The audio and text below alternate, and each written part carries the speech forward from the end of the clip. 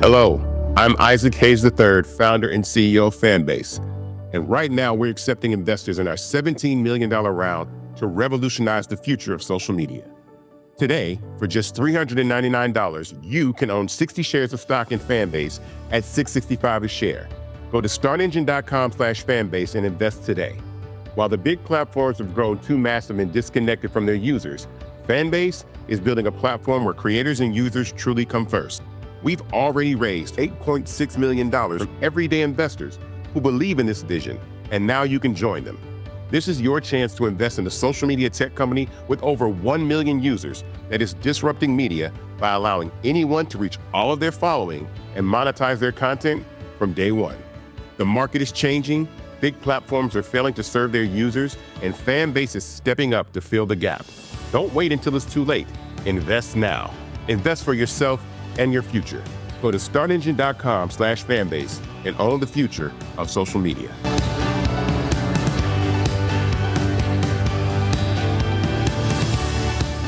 Folks, Black Star Network is here. Hold no punches. I'm real revolutionary right now. Black power. Support this man, Black Media. He makes sure that our stories are told. Thank you for being the voice of Black America, Roland. Stay black. I love y'all. All momentum we have now, we have to keep this going. The video looks phenomenal. See, there's a difference between Black Star Network and Black-owned media and something like CNN. You can't be Black-owned media and be scared. It's time to be smart. Bring your eyeballs home. You dig?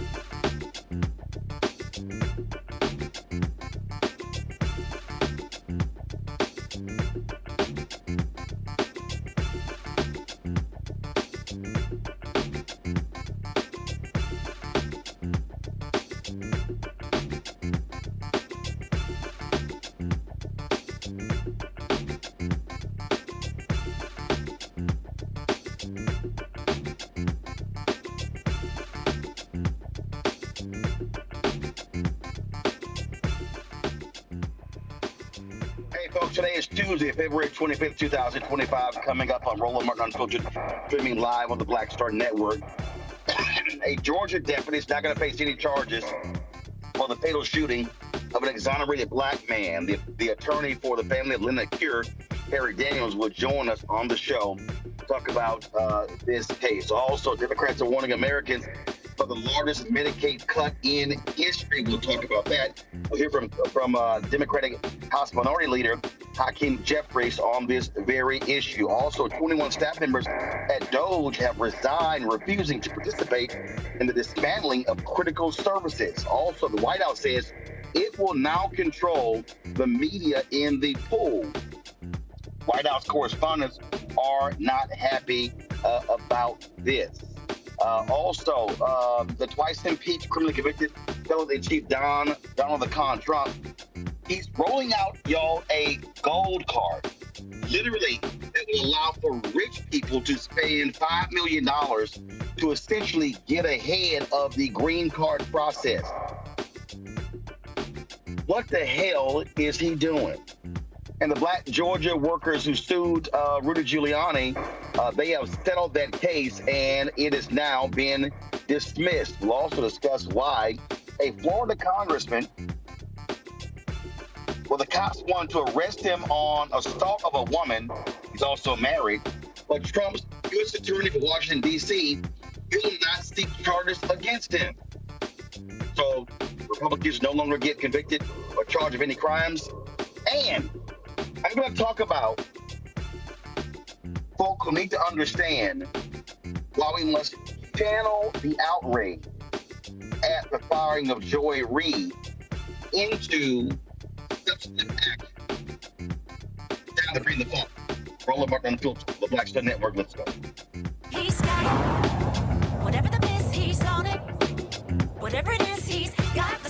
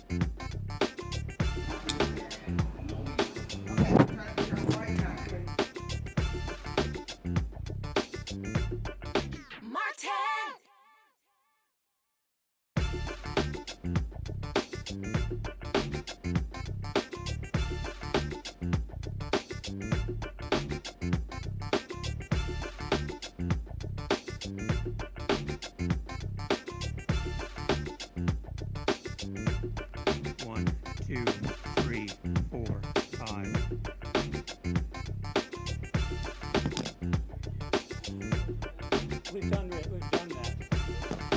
I'll do this one too.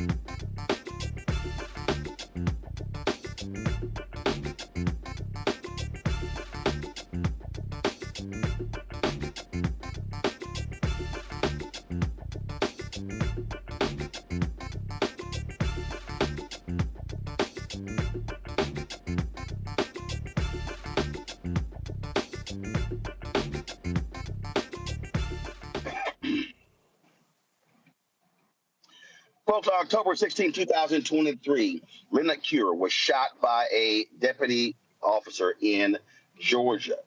That officer, who had been fired from a previous job in law enforcement in 2022, is not going to be charged in his death. Now, Cure died 3 years after he was exonerated by Florida authorities who freed him from prison after he had served 16 years for a crime he did not commit. That traffic stop resulted in a violent struggle, and the 53-year-old was shot. Joining us right now is Harry Daniels. He is the attorney for the Cure family. Harry, glad to have you here. So walk us through why was this decision made by the district attorney not to charge, indict this officer? I think that the reason was because objectively, when they viewed the video and asked themselves the questions, could they get a conviction in this case, particularly with the use of force that led to the death of Mr. Cure? I think that their answer was no. To the extent, well, could a civil liability, which the standard is different in a civil case, preponderance of the evidence versus beyond a reasonable doubt, that's a different standard. But I think when you look at the video in its entirety, then leading up to the shooting of Mr. Cure, I think the district attorney's office concluded that they don't believe they could be able to get a conviction beyond a reasonable doubt of any type of crime or murder or voluntary manslaughter against the officer. So what I want to do is I want to roll this video from the beginning. Audio up, please. so folks could actually see what transpired. Okay, guys, roll it.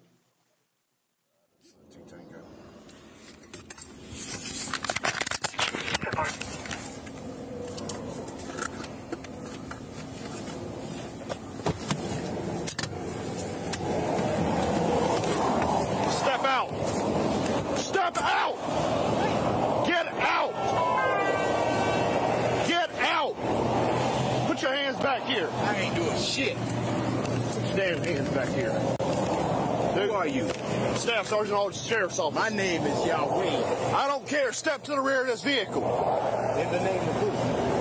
In the name of the law of the state of Georgia. Step back here now or you're getting tased. I'm going. Watch me now. Put your hands on the back of that truck. Do you see that? Put your hands on the back of that truck. Back of the truck. Both hands. Turn around. 34, can you send me another unit? One non-compliant.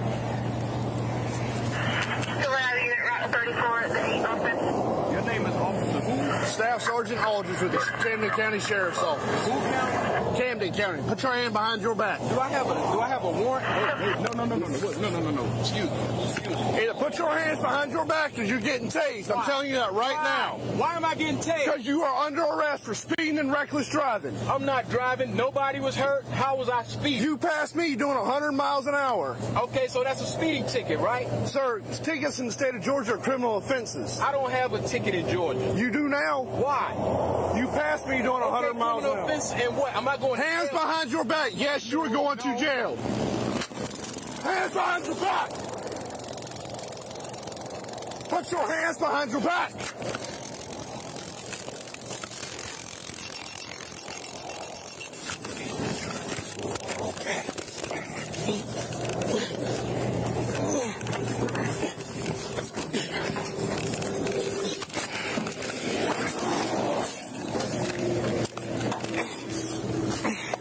Yeah, bitch. Yeah, bitch. Stay down. Stay down. Stay down. Too late. Camden, shots fired. Too late. Shots fired, Camden. Stay down. Do not give up. Stay down. Stay down. Stay down. Camden, shots fired. Suspect down. Can you send me help? Stay down. Stay down. Stay down.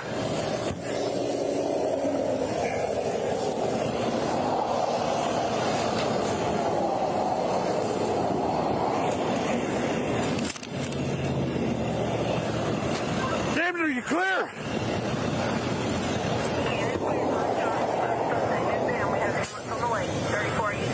Stay down! Do not get up!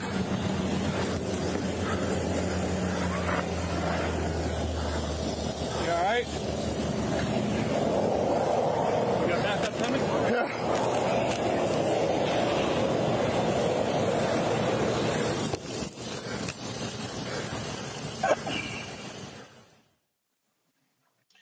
Harry, this is what I need to understand. What led to the initial stop? What was Leonard? What was he doing? So it's video that we have, and I don't know if that's out to the public. I believe a portion of it is. Mr. Cure passed Deputy Aldridge, Buck Aldridge, speeding. He passed him on the left side. He was maintaining his lane, and it was a simple speeding violation. It wasn't reckless. He just passed him on the left side, and I think it's the video actually may be seen, or this may be after he passed him. But he passes him, and Aldridge immediately goes after him. Immediately, that's a pass right there. You can see it. Aldridge go after him, turns his lights on. Cure immediately begins to go to the right, veer to the right, and begins to pull over. There's no high-speed chase.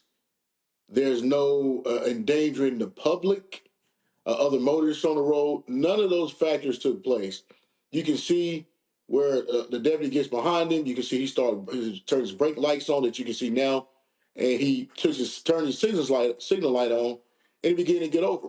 That although unlawful to speed in the state of Georgia or in a lot of other states, he's still a compliant motorist when he began to pull over and pull over for the officer lawful. But the officer get behind and put his lights on and began to pull over. What happened So I next? want to do this now. So I want to do this now. I want to do this now. So now we have that. All right. So control room. Now I want you to play the beginning of the video we just showed, because I remember this. I remember this vividly when we first aired it, and I talked about the actions of the officer, the level of aggressiveness. So now, folks, roll it. So now we saw him passing, now signaling to move on to the right. Now let's play again. I want to see the beginning of this for the audience. Go. Therefore, change that out of the T-Tango.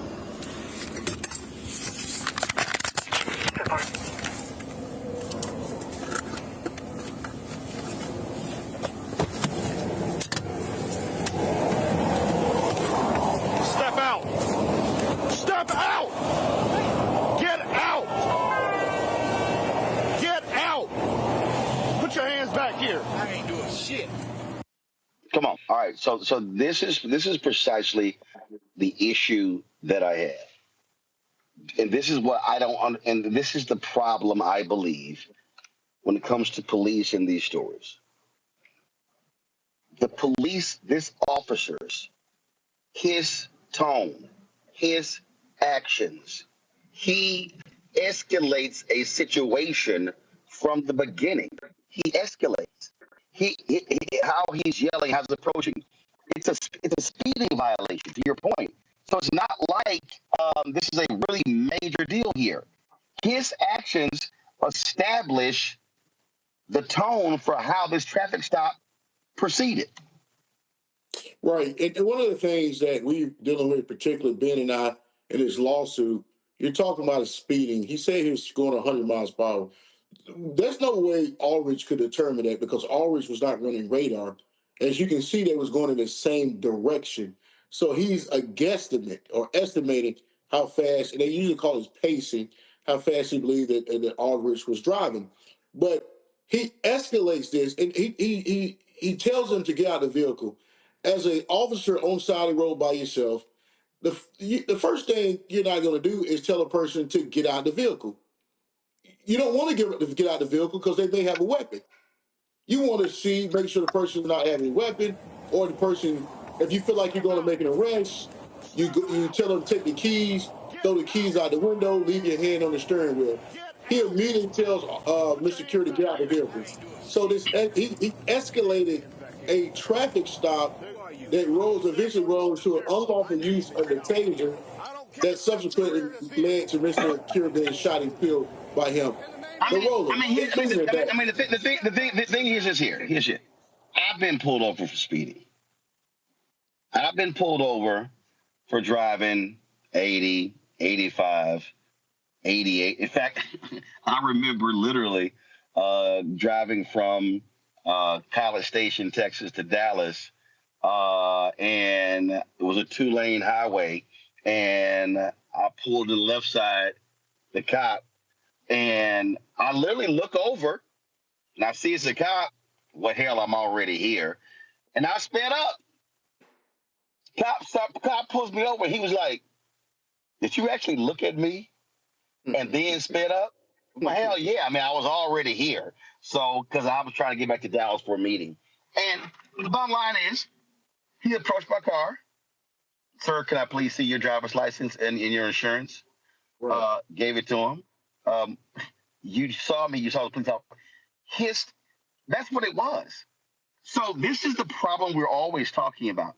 The actions of the cop at these traffic stops is what determines 98% of the time how the stop is going to go because of their tone, their actions. They are supposed to de-escalate, not escalate. Right. This is absolute agitation by this officer, this deputy here in Camden County. Camden County is no strangers to corruptions and unlawful acts of police officers and their deputies. This officer particularly was fired from another agency within Camden County, Kingsland Police Department, for not one, not two, but three excessive use of force violations. He was fired. He was terminated. He was subsequently hired by the Camden County Sheriff, who's recently had been voted out of office. And Roland, before this incident with Mr. Cure, he had another incident with an African American black man on the side of the road who he chased for a short period of time. The car crashes. The motorist who was running from him, they sustained some injuries, is laid over the passenger side seat, upside down. Ulrich comes up, holsters his gun, and punches this man in the face, completely helpless, unjustified, then subsequently tased him and sicked a canine dog on him. The sheriff knew this. He knew the bad acts of Buck Ulrich, but he still kept him on. So Ulrich has a history of escalating and aggression towards motorists. And this is the reason why when his car stopped, when Mr. Cure stops his truck, he get out the car and immediately aggravate and escalate this matter. And Mr. Cure would be alive today if you just had a police officer who has used common sense. This is a speeding ticket. There's no reason to escalate. There's no reason to tell somebody to get out of the car with your taser pulled, but they chose to do that anyway. And Mr. Cure ultimately lost his life. We believe that the taser was unlawful. Subsequently, Mr. Cure had a right to defend himself. I would suggest in a situation where the person has a weapon, and subsequently Mr. Cure was shot and killed. And I knew the district attorney. We knew the district attorney was never going to bring charges on this. This is one of these cases where, they don't even bring charges when they got a clear-cut case of murder, let alone a case where a black man is trying to defend himself who was subsequently shot and killed by a law enforcement officer. So there won't be criminal, but y'all absolutely are pursuing a civil case, correct? Absolutely. The civil case is ongoing, not just the case as the wrongful death for the unlawful use of force against Buck Ulrich, but we also sued the Camden County Sheriff for practice and policies as relates to other cases. And Roland, y'all know stranger, the case in Camden County, we had multiple cases in Camden County where this sheriff swept it under the rug, and eventually these people were found out using unlawful use of force, bad conduct, bad actors, and we feel like this is something that needs to be changed. The policy in Camden County needs to be changed. So we have brought a policy and practice lawsuit against the sheriff, the former sheriff of Camden County. So we have a long way to go in our civil suit. The Cure family is motivated to pursue justice on his behalf.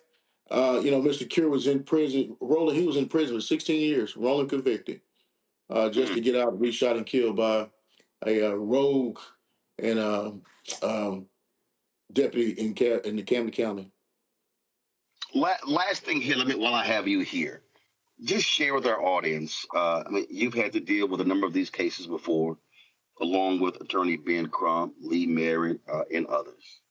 Explain to people how difficult it's now going to be on the federal level with this Department of Justice, this FBI, this U.S. Attorney in D.C. I don't think people understand that essentially y'all can't look for help from the federal government because of the type of people we now have in charge.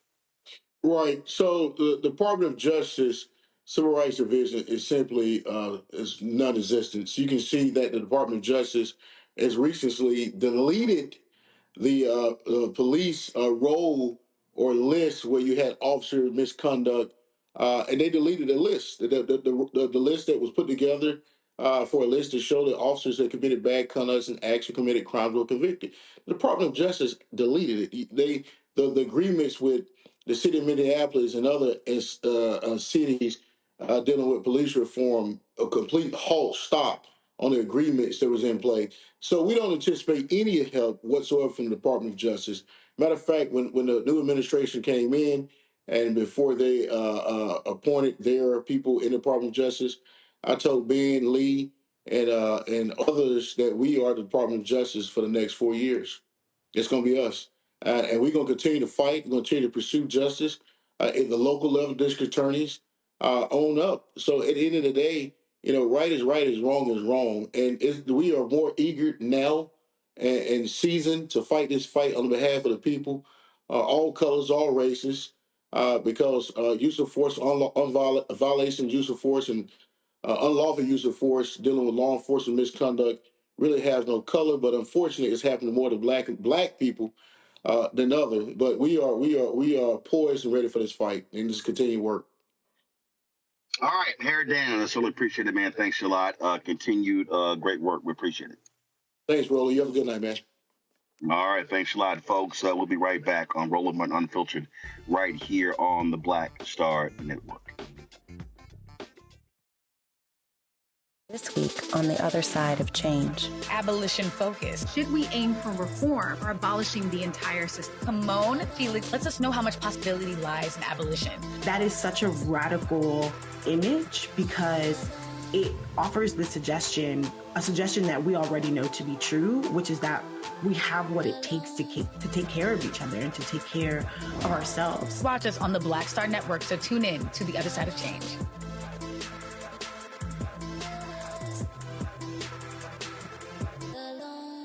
On the next Get Wealthy with me, Deborah Owens, America's Wealth Coach, have you ever had that $1 million idea and wondered how you could make it a reality?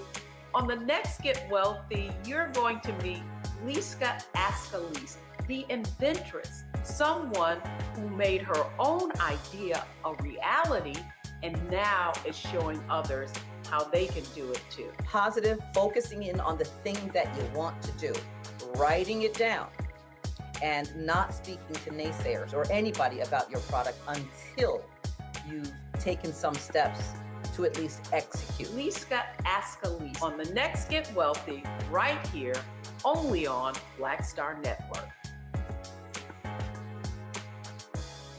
What's up, y'all? Look, Fanbase is more than a platform. It's a movement to empower creators, offering a unique opportunity for everyday people to invest in Black-owned tech, infrastructure, and help shape the future of social media. Investing in technology is essential for creating long-term wealth and influence in the digital age. The Black community must not only consume tech, we must own it. Discover how equity crowdfunding can serve as a powerful tool for funding Black businesses, allowing entrepreneurs to raise capital directly through their community through the Jobs Act.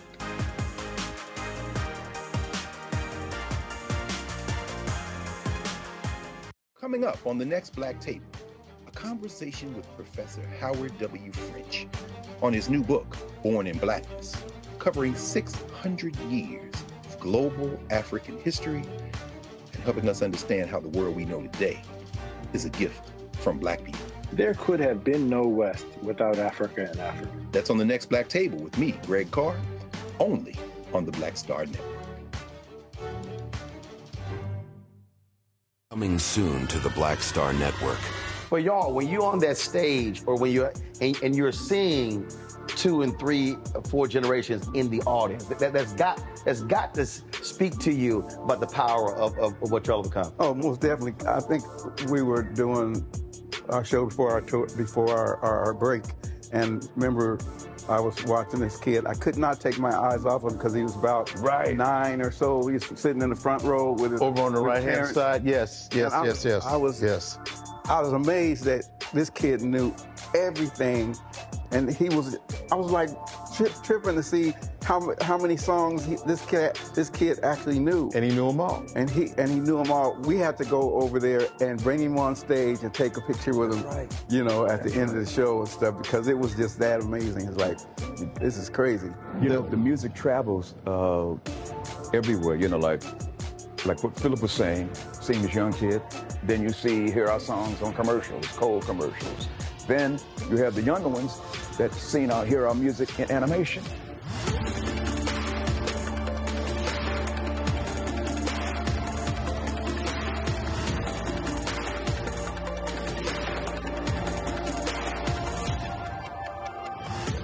Now that Roland Martin is willing to give me the blueprint, hey, Cyrus, I need to go to Tyler Perry and get another blueprint because I need some green money. The only way I can do what I'm doing, I need to make some money. So you'll see me working with Roland. Matter of fact, it's the Roland Martin and Cheryl Underwood show. Well, should it be the Cheryl Underwood show and the Roland Martin show? Well, whatever show it's going to be good.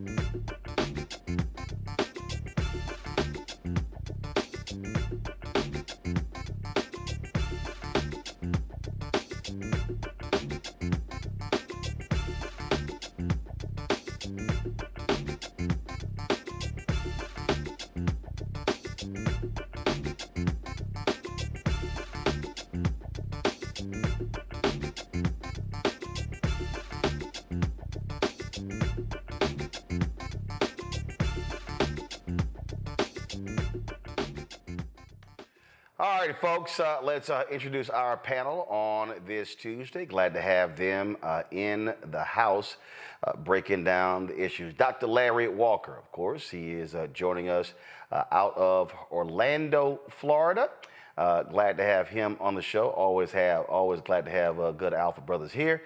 He's with the University of Central Florida. Also, Joe Richardson, civil rights attorney out of Los Angeles. And Dr. Mustafa Santiago Ali, another Alpha, former senior advisor for environmental justice for the EPA out of D.C. And so, Joseph, Joe, you're sitting here among three Alpha brothers, so that's how we roll. Let's get glad to have our brother panel. So, Joe, this is the thing that I continue to say when we do these stories.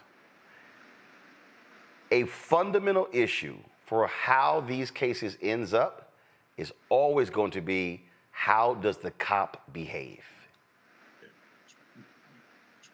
That's step number one. They set the tone with how they act. And if their job is to protect and serve, they're going to do it a certain way.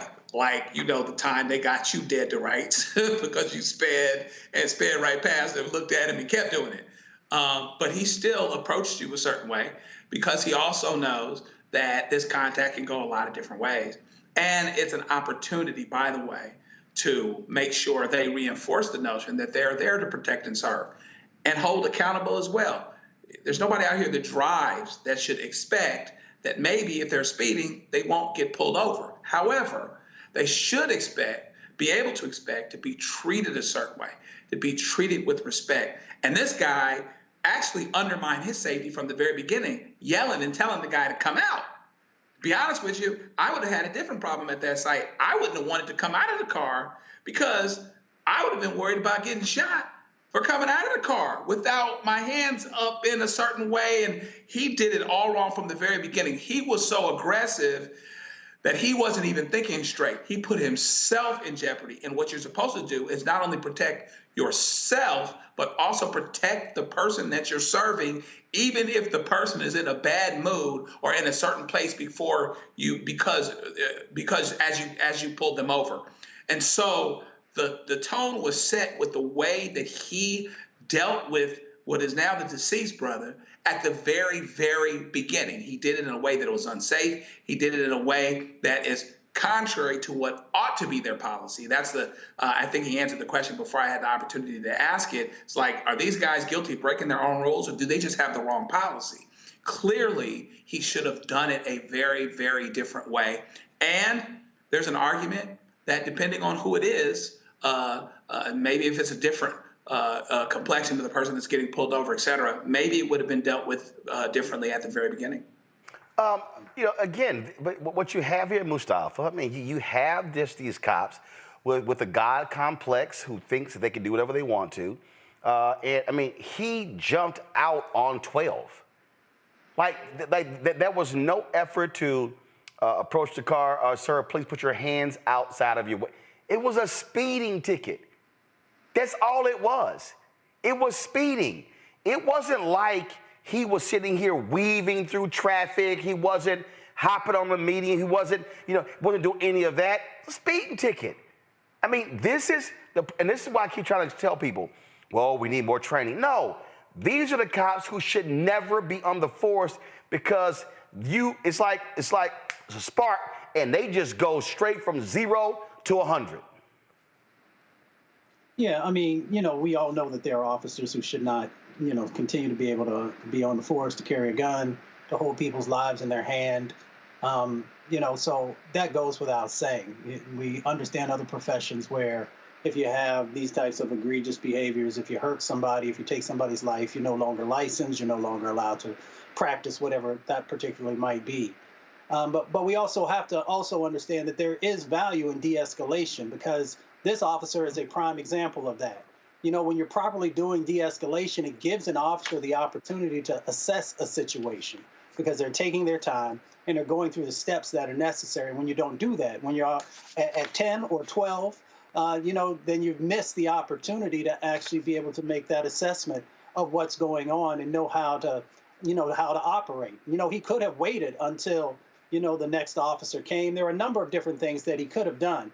And I know that de-escalation actually works because the Louisville department actually put a process in place and they had a 28% decrease in these types of incidents, whether it's just, police brutality or a number of things that are associated with it. So it works when you want to make the investment.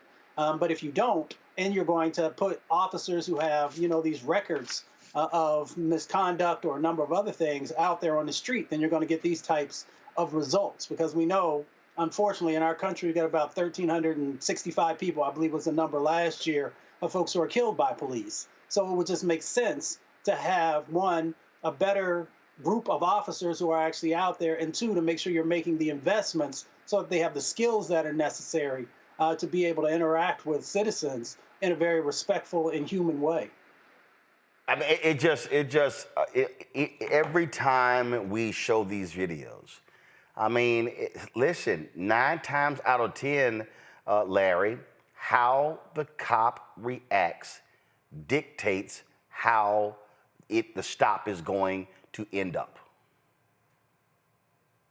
Yeah, and it's unfortunate. I think one of the things we have to note is when it comes to these interactions that Black people are 2 to 3 times more likely to be killed than other groups based on interaction with law enforcement. So I think that's that first data point is really important. The other thing is, as Mustafa talked about, utilizing these de-escalation, techniques to ensure that these interactions between law enforcement and, individuals, particularly Black folks, don't go down the way that it did. Yeah, I think the other thing is, Roland, and we talked about this in the story, is that this police officer sounds like he shouldn't have had a badge. So he shouldn't have been in a position to be a law enforcement officer and pull someone over. I know that some states have passed laws where individuals who, law enforcement who got in trouble in other parts of the state aren't allowed to kind of move from one place to another. But we need a national database to prevent individuals from, in some cases they've moved from state to state, and then they once again are in situations where they de-escalate or they panic and someone is shot and killed. And disproportionately, those folks end up being Black. But we need to do a better job as a nation. I know you just talked a little bit earlier. We know for the current administration has, deleted a lot of DOJ data in terms of law enforcement, interactions with, citizens. But, simple training is not enough, particularly when you don't see someone's humanity. And I think that that's something that we really had to have more, an important conversation about. And that's why just training and ensuring someone, know what policies and procedures are is not just enough. All that won't matter if you don't see that person as a human being. And now we unfortunately see, this gentleman's lost his life, and a long line of Black folks who probably should be here today with their family members and not having a kind of funeral. And that's always the point that I'm always raising, that he's dead. The cop, he can get fired. He can go get a job somewhere else. But this brother's dead. You don't come back from death. And this is the fundamental problem that we face. There was a video that I saw. I can't find it. I can't find it. I saw it a few years ago, also on YouTube. And where there's a female cop.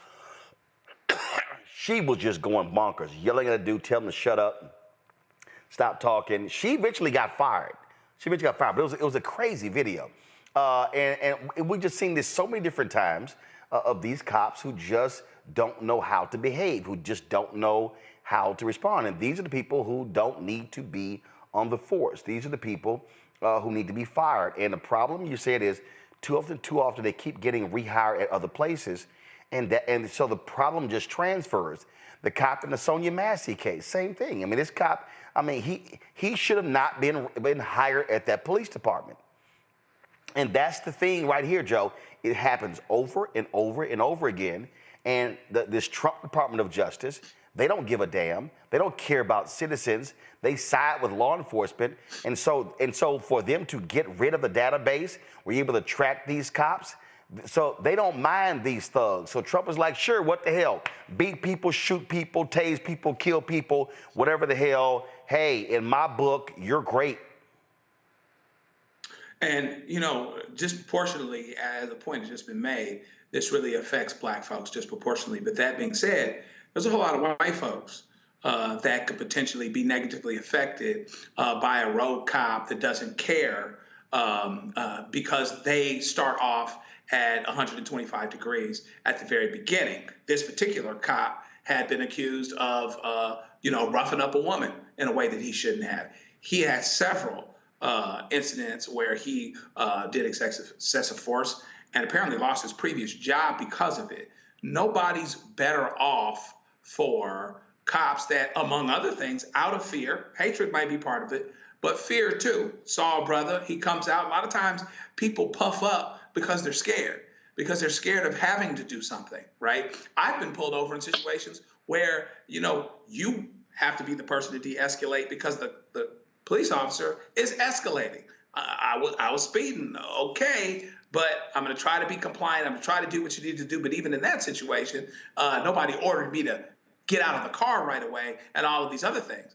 And so he came across the wrong situation, but between him being hired where he was and continuing to have the opportunities that he'd had, despite the mistakes that he's made, mistakes of the same ilk, this ended up being a terrible, terrible combination. And then add, like you said, what's happening with the Justice Department, where effectively we won't have a Justice Department for a period of time, and records will go away, consent decrees will go away, records of police activity related to illegal issues, stops, arrests, brutality, et cetera. A lot of that's going to go away. And so now we are not going to have the numbers that we need to have in order to continue to demonstrate that's what's going on is going on, and that it's a problem that needs to be remedied. And so, we have a problem this way, and we're going to have to become the Civil Rights Department until further notice, because we're not going to get any help at the top.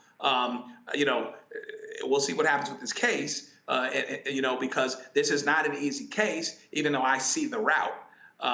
But you could run across an unsympathetic jury that really doesn't care. And so we're going to have to do the best we can here. And that includes us, by the way, as citizens, doing the best we can to de-escalate, because these police officers are not going to do their job. All right, gentlemen, hold tight 1 second. We come back. We're going to talk about Democrats on the Hill speaking out against the Republicans' atrocious budget plan. We'll have that next. Folks, don't forget to support the work that we do here at Roland Martin Unfiltered and the Black Star Network. One of which will join our Bring the Funk fan club. Our goal is to get 20,000 of our fans contributing on average $50 each. That's $4.19 a month, 13 cents a day. If you want to support us via Cash App, do so using the Stripe QR code. This is it right here. If you're listening to us, go to blackstarnetwork.com. You can click Cash App to continue to contribute. You can send your check and money order to P.O. Box 57196, Washington, D.C., 2003 7-0196. PayPal is R Martin Unfiltered, Venmo RM Unfiltered, Zelle Roland at RolandSMartin.com, Roland at RolandMartinUnfiltered.com. We'll be right back.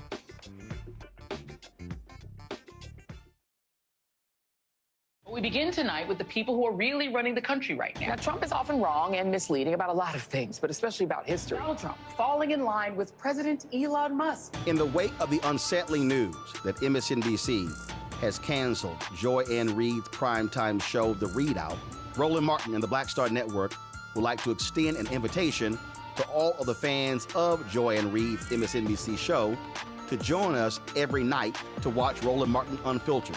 streaming on the Black Star Network for news, discussion of the issues that matter to you, and the latest updates on the twice impeached, criminally convicted felon-in-chief Donald Trump and his unprecedented assault on democracy, as well as co-president Elon Musk's takeover of the federal government. The Black Star Network stands with Joy Ann Reid and all folks who understand the power of Black voices in media. We must come together and never forget that information is power.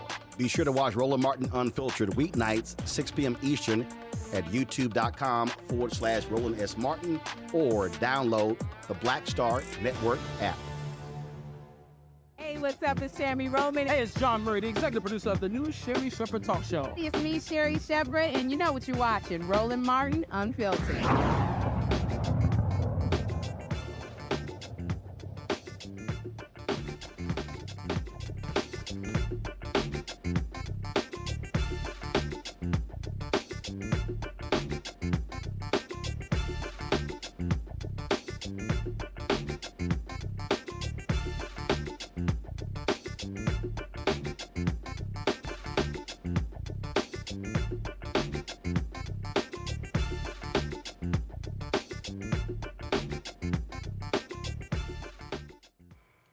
House Democrats united on the Capitol steps to warn Americans about the massive spending blueprint that would translate into the steepest Medicaid cuts in the program's history. Republicans want to cut $880 billion out of Medicaid. Democratic leader in the House, Hakeem Jeffries, said the Democrats are vowing unanimous opposition to this particular budget bill. Good afternoon. Today we stand together as House Democrats with the American people to push back against this reckless Republican budget.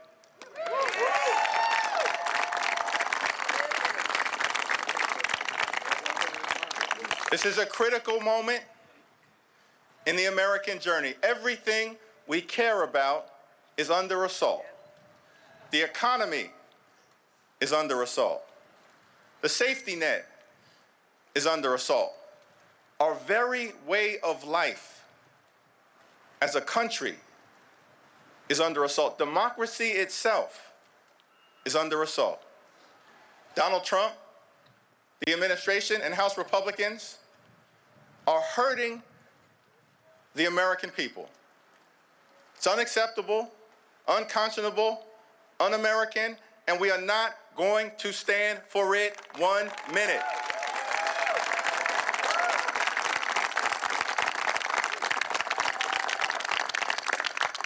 The Republican budget represents the largest Medicaid cut in American history.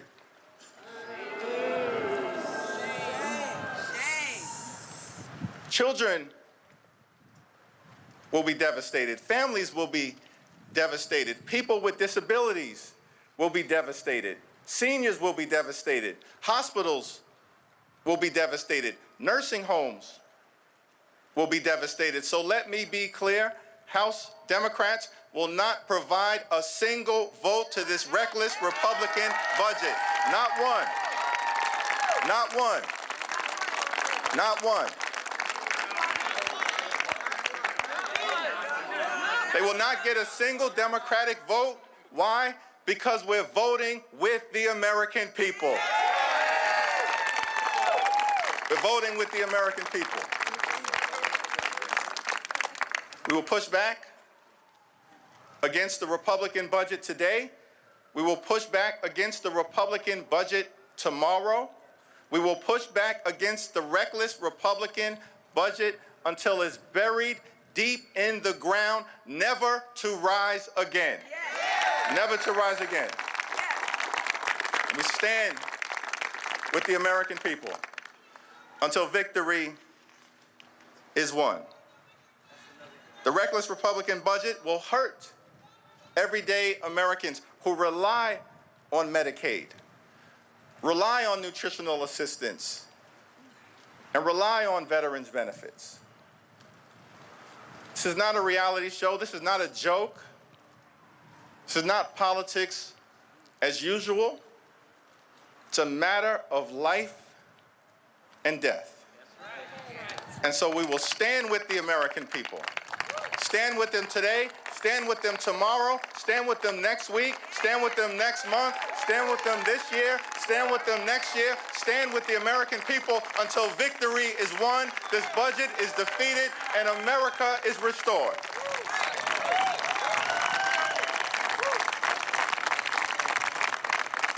So it's our honor as House Democrats to be joined today by three incredible Americans whose quality of life depends on all of us stopping this reckless Republican budget, which is a betrayal of the American people.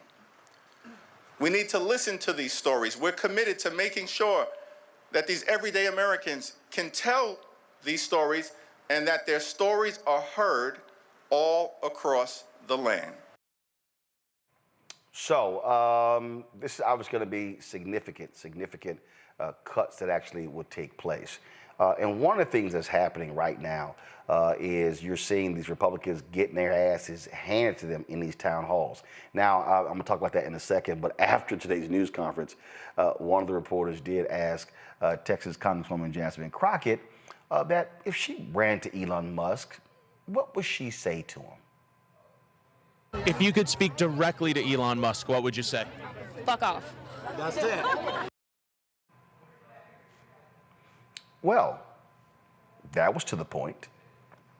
What's interesting, Mustafa, is that these Republicans, several of them went home and they had town hall conversations, and they were getting lit up by their constituents, not happy at all with the news of all of these DOGE cuts. 6,000 veterans have already been laid off, willy-nilly firing people. And one of them came back. He was like, hey, we might want to slow these cuts down. This is what happens when the people speak up. Yeah, I mean, it's really interesting. I grew up in two places. Most folks know that, Appalachia and then over in Michigan. And, when folks come back home to Appalachia, they're catching it. And because people understand there are two things that people really care about. One of them is jobs. The other part is health care. And we got 67 million folks in our country who are on Medicare. 8 million of those are people who are younger than 18. They have, very serious conditions that are going on. Most of them are folks who are 65 and older. And people want to have that health care because they understand that it is a lifeline. And these folks are literally trying to cut the lifeline that people all across our country, whether they're black folks or brown folks or working class or lower wealth white folks know that if you don't have health care, then there's a great way for you to actually end up going, into the poorhouse, if I can say it that way. So folks are upset. This is probably taken kind of lightly. People are mad as hell because there is a set of expectations. The other thing in our country is that once someone has the benefit, it is incredibly difficult to take that benefit away from them or to weaken that benefit or to cut that benefit. But this administration seems to have the hubris that they think that they can do anything and there will be no repercussions for their actions, and they're incorrect. They're incorrect in states like Louisiana and Mississippi and West Virginia and Arkansas and Alabama, which are some of the sickest states, in our country. But there are a number of others that are right there next to them. So you are literally shortening people's lives. You're taking some people's lives. You're putting people in the poorhouse when you don't have to do this. And of course, you're weakening the medical infrastructure, which is so incredibly important inside of our country. So, you can continue to mess around, and what you'll end up finding is that they'll end up voting some of you out. Larry, this was a map that CNN put together that showed the number of federal workers in states that Donald Trump won. They keep complaining about how big the federal government is, 2 million federal workers. Well, guess what? 979,900 federal workers, that's almost 1 million, are in red states. So guess what? If they start bringing the meat cleaver to federal jobs, you know what they're about to impact? Red states. That means those folks are going to be without jobs. That means unemployment benefits. That means SNAP benefits. That means loss of health care. That means potential loss of homes. That means being evicted. So, oh yeah, it's going to have a huge impact. So, and what I keep saying to people over and over and over again, that these white conservative voters are going to have to feel the pain because they thought that Trump was going to be going after the other people. Like, I love keep hearing this phrase, we didn't vote for this.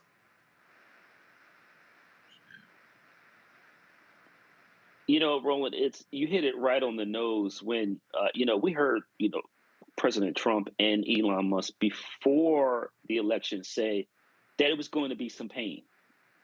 But folks interpreted that to mean black pain.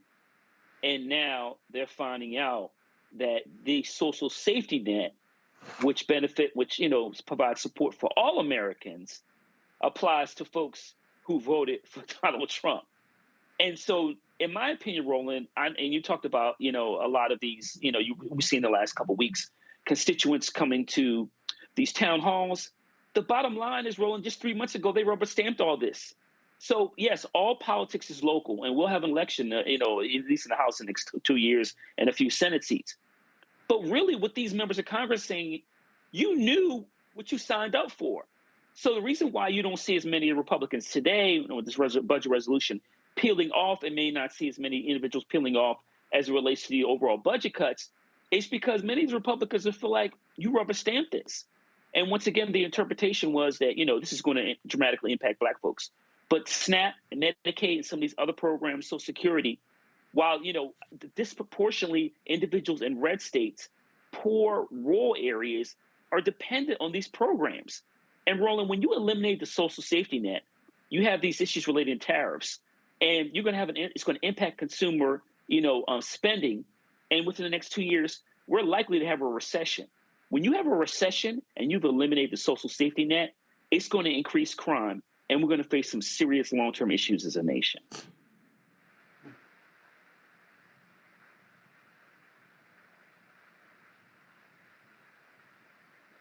Just real clear with these people, Joe. And that is, y'all keep saying we didn't vote for it. Yes, you did. Yeah, as a matter of fact, you did. You voted for this. And, this is very difficult. We all go through things and we have to find our ways to be the way we need to be. But I got to tell you, there's a human part of me that makes compassion a little bit more difficult in moments like this, where you elect a certain person who's not thinking about you. You had no good reason to believe that he was thinking about you. And then once it happens, it goes down and he doesn't think about you. And now you wonder, you got your hands up in the air and your mouth open. And I'm like, but you knew who he was. He told you who he was. He let you know who he was. It's just kind of one of those things. He says this about you, but then you just deflect it as if he's not saying this about you. He's been for the bridge from the very, very beginning. Not for poor people, not thinking about poor people, not thinking about people of modest means, et cetera. And the fact that he has taken a chainsaw to finances, et cetera, and government funding without a scalpel, as opposed to the fact that he has done that has created a serious, serious problem, which guarantees not only the attendant consequences of shutting some people out, which is amazing. People were blind that they couldn't see that was coming, but there are going to be unintended consequences as well. This is not going to be good for the markets. This is not going to be good for people's long-term prospects at all. There are more white people on welfare than there are black people on welfare. There are more poor white people than there are poor black people. So there's no way that he is going to take a hacksaw to funds and social safety net, and it doesn't affect them. It's absolutely going to affect them, and it's starting and happening already. Ask farmers that were dependent on certain money and certain support that haven't gotten it. They're already at incredible crossroads in their lives where multi-generational farms are, in the midst of potentially being lost or jeopardized. And so you knew this was coming. And it's something in law, a lot of times we say you knew or should have known. And if you knew or should have known, if you should have known, but you didn't know, you're going to be just as bad off as if you actually knew.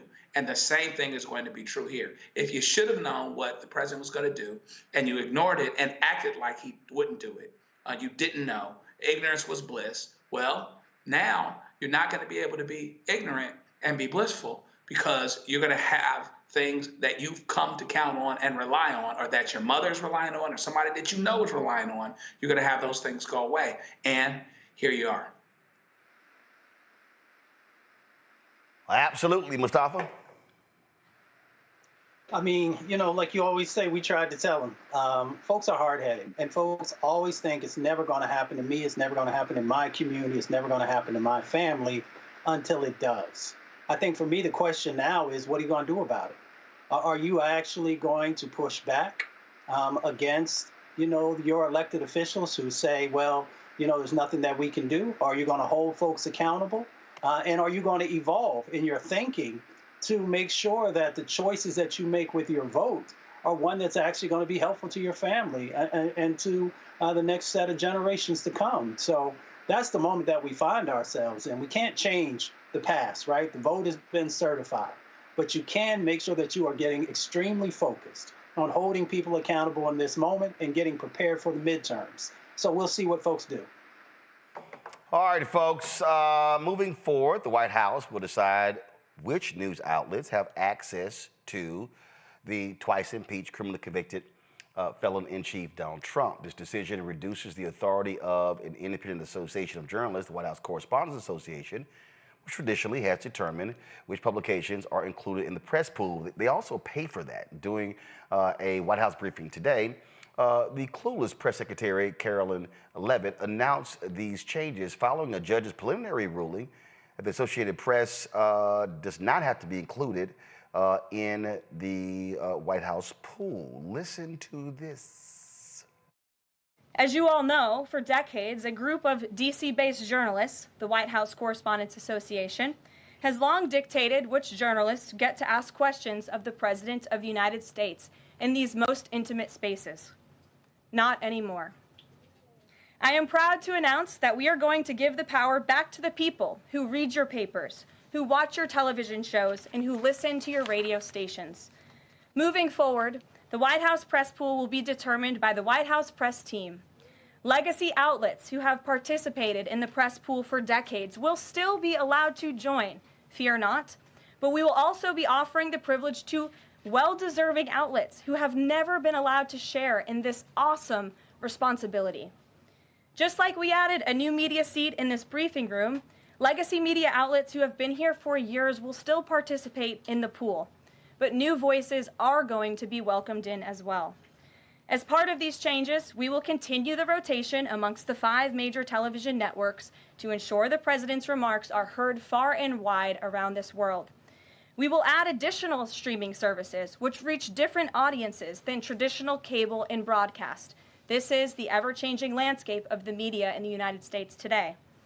We will continue to rotate a print pooler who has the great responsibility of quickly transcribing the president's remarks and disseminating them to the rest of the world. And we will add outlets to the print pool rotation who have long been denied the privilege to partake in this experience, but are committed to covering this White House beat. We will continue to rotate a radio pooler and add other radio hosts who have been denied access, especially local radio hosts who serve as the heartbeat of our country. And we will add additional outlets and reporters who are well-suited to cover the news of the day and ask substantive questions of the President of the United States, depending on the news he is making on that given day. Let me explain to you how dumb these people are. First of all, there is a cost to be in the pool. Typically, that cost, I mean, it could literally cost $300,000 to $500,000 a year. When you fly on Air Force One, and I've flown Air Force One once, I've been on Air Force Two twice, you have to pay for the ticket. On Air Force One, they charge you the price of a first class ticket. Air Force Two, they charge you the price of a coach ticket. So you have to pay for that. So there's a cost there. And so everybody is not a part of a pool, okay? So these idiots don't even realize, okay, if y'all want to include all these other different people, who gonna pay for it? That's one of the reasons why the major news outlets have actually been a part of that. Well, guess what, Carolyn? She got jammed up by someone, even from Fox News, regarding this decision. I want to watch this exchange. The reason that they wanted this 5 things email was just to see if people are actually alive, citing that there are some federal workers who might not even be alive. All right, so that was the DOGE email, but I'm gonna pull up in a second this exchange, which I thought was quite interesting, because what these people don't understand is, and again, I'm just laughing at what the Trump people are doing. What the Trump folks want to do is they want to put their right-wingers into the press pool. Donald Trump wants their own people. The Pentagon, they kicked out CNN, NPR, and others to allow in Breitbart and these right-wing media folks in there. And so this is what I've made clear, and I've sent this to some of the White House correspondents. I'm like, your strongly worded statements mean nothing. They mean nothing. Eugene Daniels, a brother who's with Politico, is president of the White House Correspondents Association. He posted his statement on Twitter. If y'all have that, pull it up, please. He posted his comments on Twitter with regards to how the White House Correspondents Association feels about this change. And so what they said was, give me a second, I'm going to pull it up for you. They said, this move tears at the independence of a free press in the United States. It suggests the government will choose the journalists who cover the president. In a free country, leaders must not be able to choose their own press corps. For generations, the working journalists elected to lead the White House Correspondents Association board have consistently expanded the WHCA's membership and its pool rotations to facilitate the inclusion of new and emerging outlets.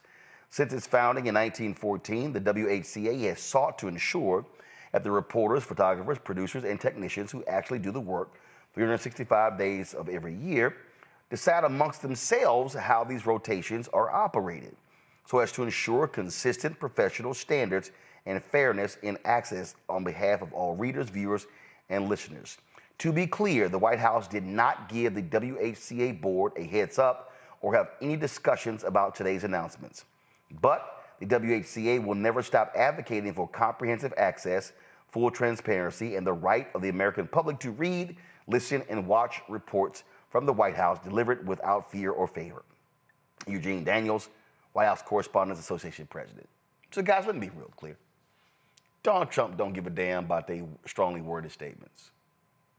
Here's what Eugene Daniels and Kelly O'Donnell and Peter Alexander and all the reporters of these outlets, Associated Press, CNN, MSNBC, ABC, CBS, maybe Fox News, all of them.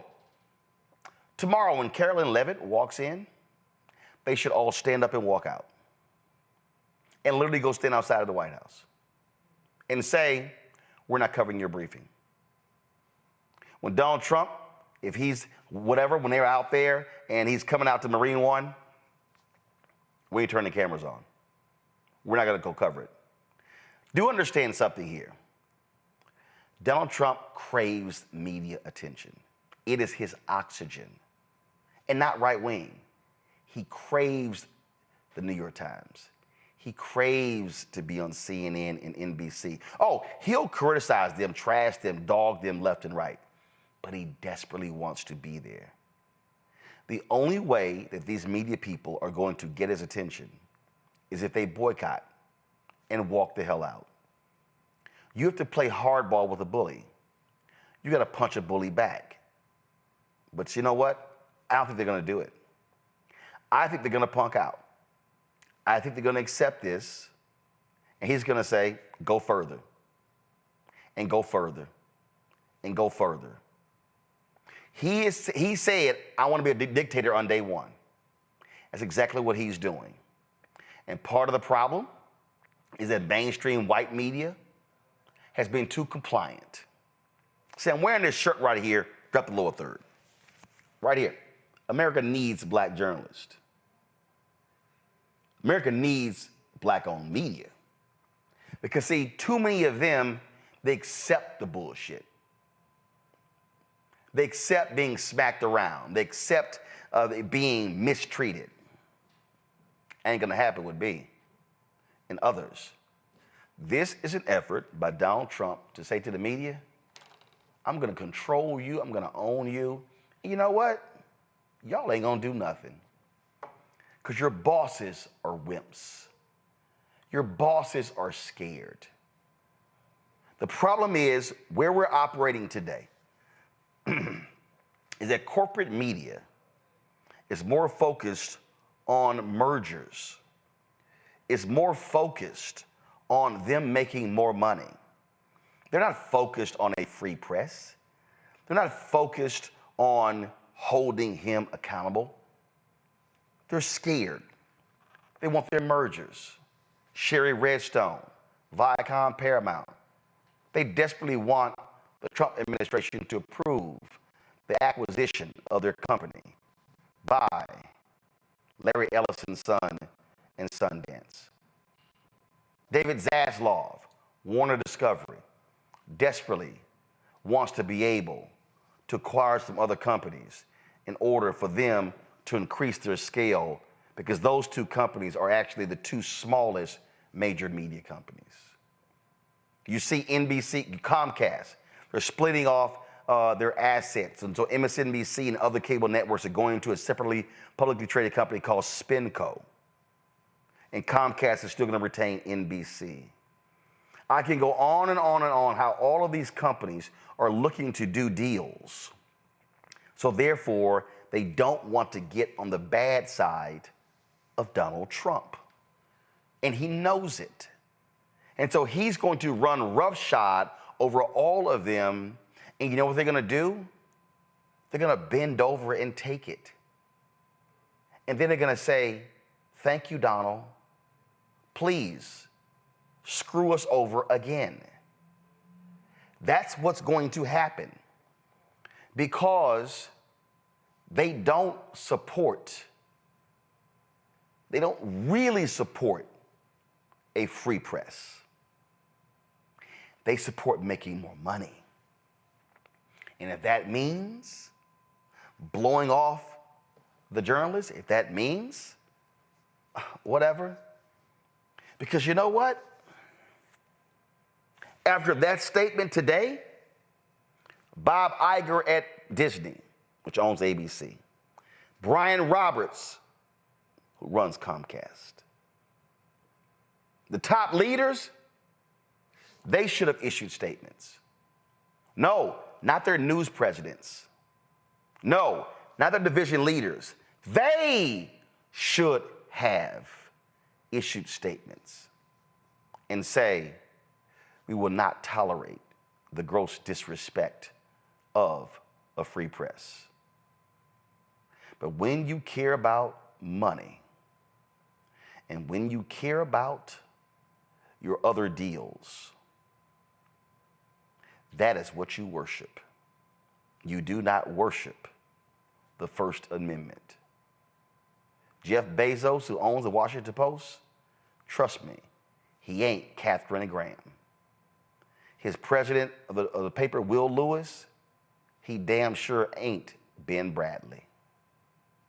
Y'all need to understand, what we have today are weak, impotent media leaders who have no desire to challenge Donald Trump or Elon Musk, because they have been neutered. And this is why Black-owned media is so important. This is why we've got to have free voices. People who are like William Monroe Trotter, who in the White House challenged Woodrow Wilson. He was kicked out of the White House by Woodrow Wilson, but he was willing to challenge him. I want y'all to read Ethan McKaylee's book on the Chicago Defender. The federal government literally threatened to charge black newspapers with treason because they were writing about the racism that black troops were enduring. The federal government said that this was not good for morale. So instead of getting rid of the racism, they wanted to get rid of the black newspapers. Those are facts. That is not what we have today. Larry? Roland, you highlighted it in terms of it's really important for the White House Correspondents Association. You have to show some spine when it comes to this issue. Listen, I've been reading about authoritarianism, and one of the things that's really a key tenet is a free press. And you see them running in circles and running away from the issue.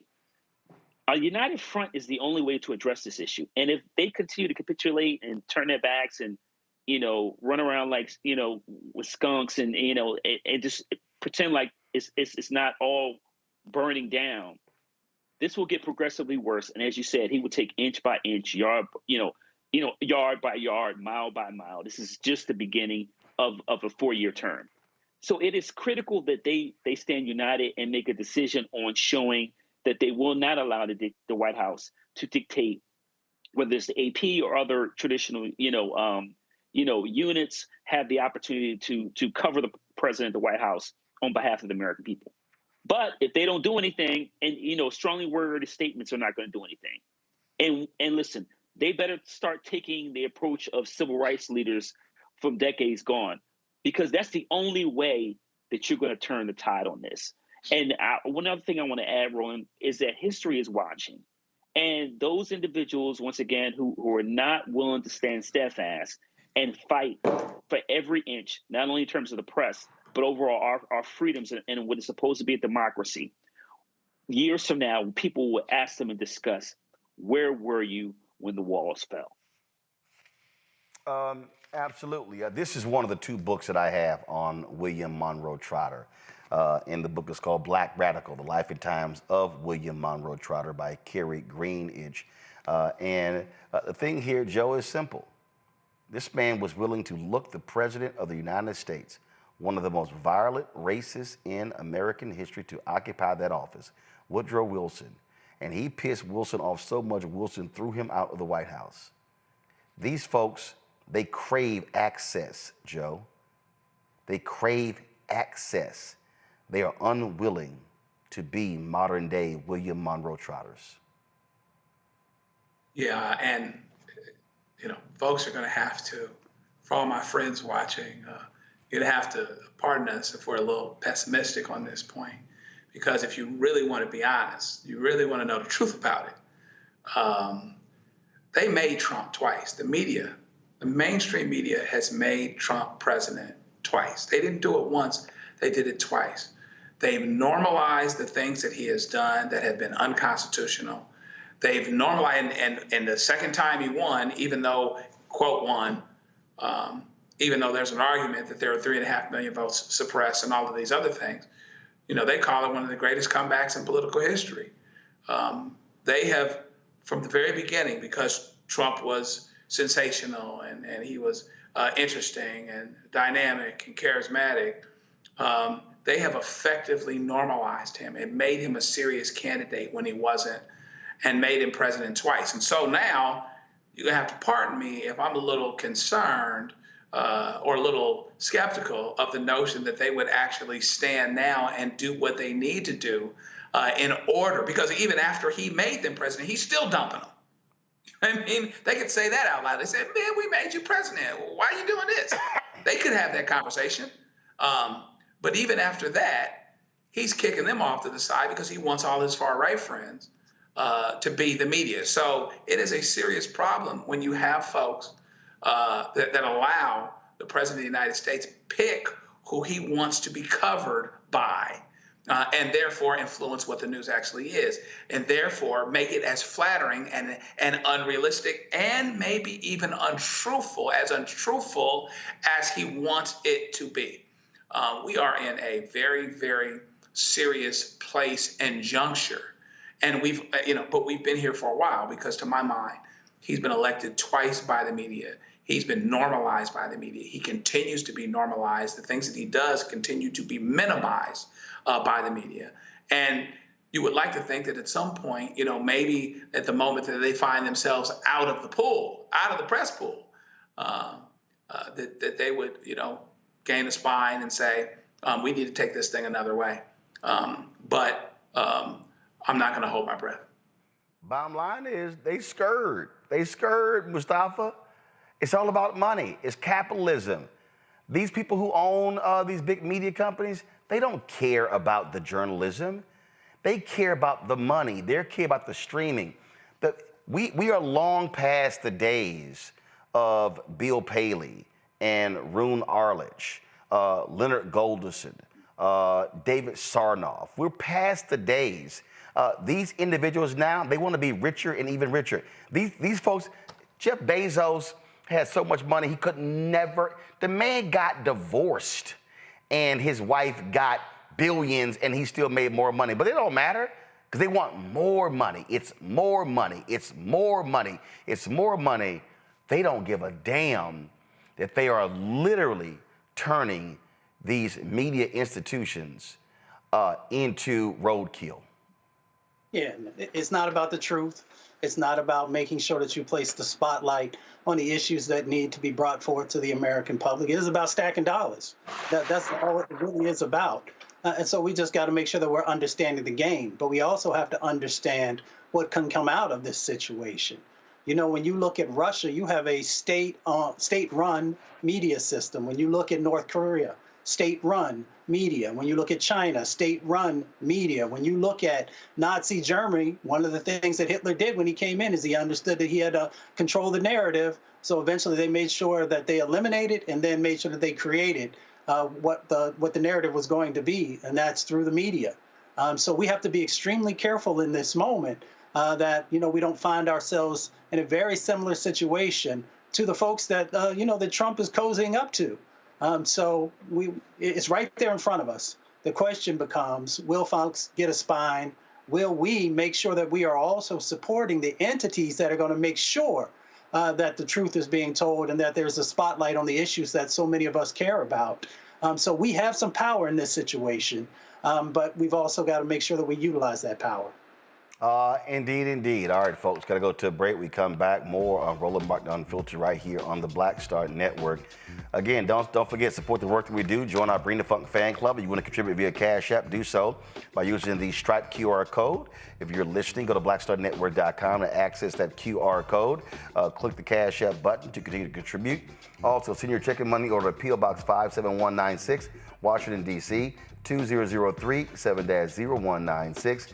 Of course, PayPal, R Martin Unfiltered, Venmo is RM Unfiltered, Zelle, Roland at RolandSMartin.com, Roland at RolandMartinUnfiltered.com. Be sure to get our Roland Martin Unfiltered Black Star Network gear. Of course, get our merchandise. Go to RolandMartin.creator-spring.com or go to BlackStarNetwork.com. Back in a moment. Coming up on the next Black Tape, a conversation with Professor Howard W. French on his new book, Born in Blackness, covering 600 years of global African history and helping us understand how the world we know today is a gift from Black people. There could have been no West without Africa and Africa. That's on the next Black Table with me, Greg Carr, only on the Black Star Network. This week on the other side of change. Abolition focus. Should we aim for reform or abolishing the entire system? Kimon Felix lets us know how much possibility lies in abolition. That is such a radical image because it offers the suggestion that we already know to be true, which is that we have what it takes to take care of each other and to take care of ourselves. Watch us on the Black Star Network, so tune in to the other side of change.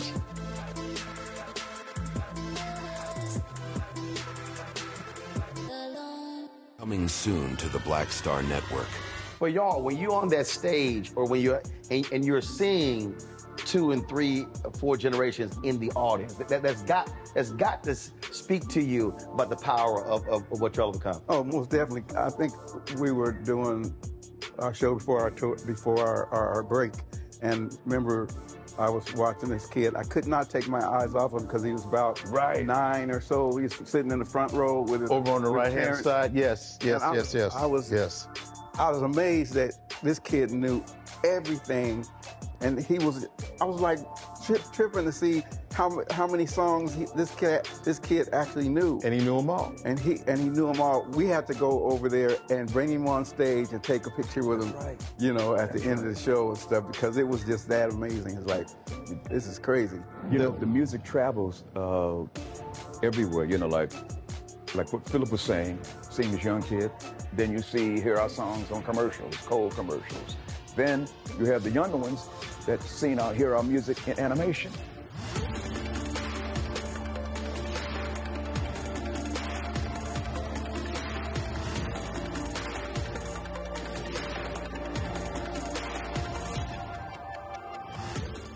Hey, this is Motown recording artist Kim. You are watching Roland Martin Unfiltered. That boy, he always unfiltered, though. I ain't never known him to be filtered. Is there another way to experience Roland Martin than to be unfiltered? Of course he's unfiltered. Would you expect anything less? Watch what happens next.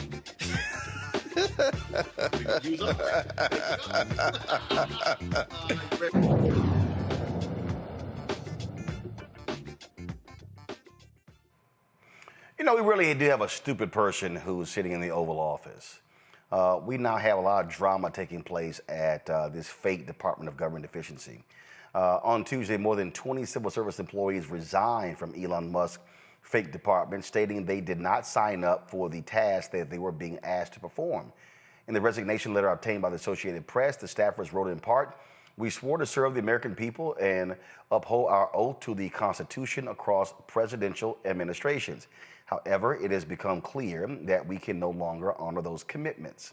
We will not use our skills as technologists to compromise core government systems, jeopardize American sensitive data, or dismantle critical public services. We will not lend our expertise to carry out or legitimize DOGE's actions. We swore to serve the American people and uphold our oath to the Constitution across presidential administrations. However, it has become clear that we can no longer honor those commitments after United States DOGE service." The employees also expressed concern that many of those recruited by Musk to help him reduce the size of the federal government are political ideologues who lack the necessary skill or experience for the task at hand. Not only that, y'all want to know how dumb Donald Trump is? So he signed an executive order today, and literally while he was signing the executive order, he decides to throw out this idea that we're going to start selling a gold card for rich people to bypass the immigration process and buy their way into America. Okay, y'all might think I'm lying. No, this dumbass actually said this. Listen. Russian oligarch be eligible for a gold card? Yeah, possibly. Hey, I know some Russian oligarchs that are very nice people. It's possible. They're not quite as wealthy as they used to be. They're not as wealthy as they used to be.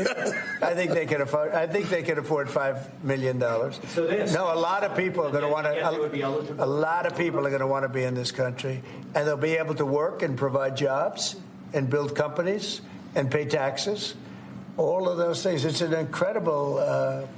It's an incredible thing. I mean, this is the group that is the first to hear it. Nobody's heard about it. Nobody ever thought about it. But we've been thinking about it very, very strongly over the last week.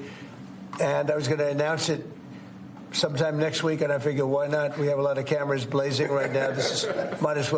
We might as well do it now. We'll have Carolina now. Y'all, seriously, a gold card. So what the hell? They can just,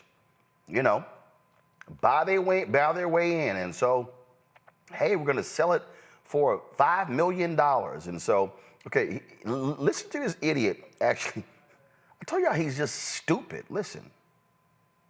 Something else that's going to be very, very good. We're going to be selling a gold card. You have a green card. This is a gold card. We're going to be putting a price on that card of about $5 million, and that's going to give you green card privileges plus. It's going to be a route to citizenship. And wealthy people will be coming into our country by buying this card. They'll be wealthy, and they'll be successful, and they'll be spending a lot of money and paying a lot of taxes and employing a lot of people. And we think it's going to be extremely successful. And never been done before or anything like this, but it's something that we're going to be putting out over the next, would you say 2 weeks, Howard? Do you want to say a couple of words about it? So, what the hell? We're just going to do a gold card. I really hope, Joe, those broke-ass people in red states are watching this and realize he never gave a damn about y'all. Y'all were just too stupid to hand him your votes. He's saying, I'm here for the rich people. I'm here for the people who make a whole lot of money. The rest of y'all can go to hell. And I keep saying, these broke-ass MAGA white folks, they so broke, he wouldn't even let them walk their asses through one of his hotels. They couldn't even walk into the lobby. They would see they broke ass coming and said, no, y'all can't walk through the front door. But they believe this idiot cares about them. It's interesting because a lot of what he does and what he, quote, sells is out of regular folks' demographic. And last time I checked, there's a whole lot of regular white folks, just like there are a whole lot of regular black folks, right? These folks are priced out of this. I mean, out of the abundance of the heart, the mouth speaks. He's talking about putting rich people in front of the line, okay? And so, you know, we've got all these problems and we're overcrowded and we've got all these problems and we've got to get rid of all these people that shouldn't be in our country. But we can bring these folks to the front of the line and they'll pay a lot of taxes and they'll hire a lot of people. No, it sounds like trickle down. That's kind of what it sounds like. But that's how he vibes. This is very much him. This is very much who he is. And I want to thank you, Roland, because I get the opportunity to say what I want to on this type of forum. I can go back and forth and I can argue and I can hypothesize. I didn't stop trying to explain it to people on Facebook. I didn't stop trying to explain it to people on Instagram. Look, just keep living and you'll see how it goes. When your mother can't get her Medicare, can't get her Medicaid, when you got to pay more than $35, $50 a month for your insulin, then you'll know. Or maybe you won't, and you'll just be where it is that you are, but you're going to struggle. So I can show you better than I can tell you. And he keeps doing things that show us, and show us all the more. And so we'll see how loud they cry wolf, as if this is something that they didn't expect, or that wasn't going to happen, or that wasn't inevitable. But once again, here we are, and it's just going to continue. Regular people are getting ready to have a much tougher time than they've had for a long, long time. Listen, this thug is nothing but a grifter.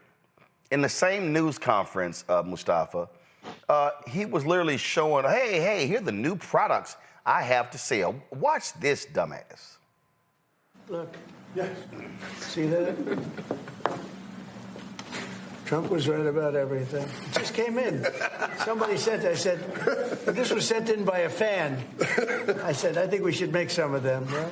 But we were, pretty much. You want one? I'll pass. Are you allowed to take one? Because he'll consider it. I know him well. He's sort of a stiff. Yeah, Brian, you're not a stiff. He's sort of a stiff guy. You know? He'll take other things, but not a free hand. Always say yes to the president. Always say yes to the president. Would anybody like one? Mr. President, an easy question. I don't even know who that ass kisser was over his left shoulder. Always say yes to the president. Always say yes to the president. I mean, these are nothing but grifters, Mustafa. They are grifters. They are there to cheapen the Oval Office, the White House, to make a buck. That's all this is. This is a grifting operation.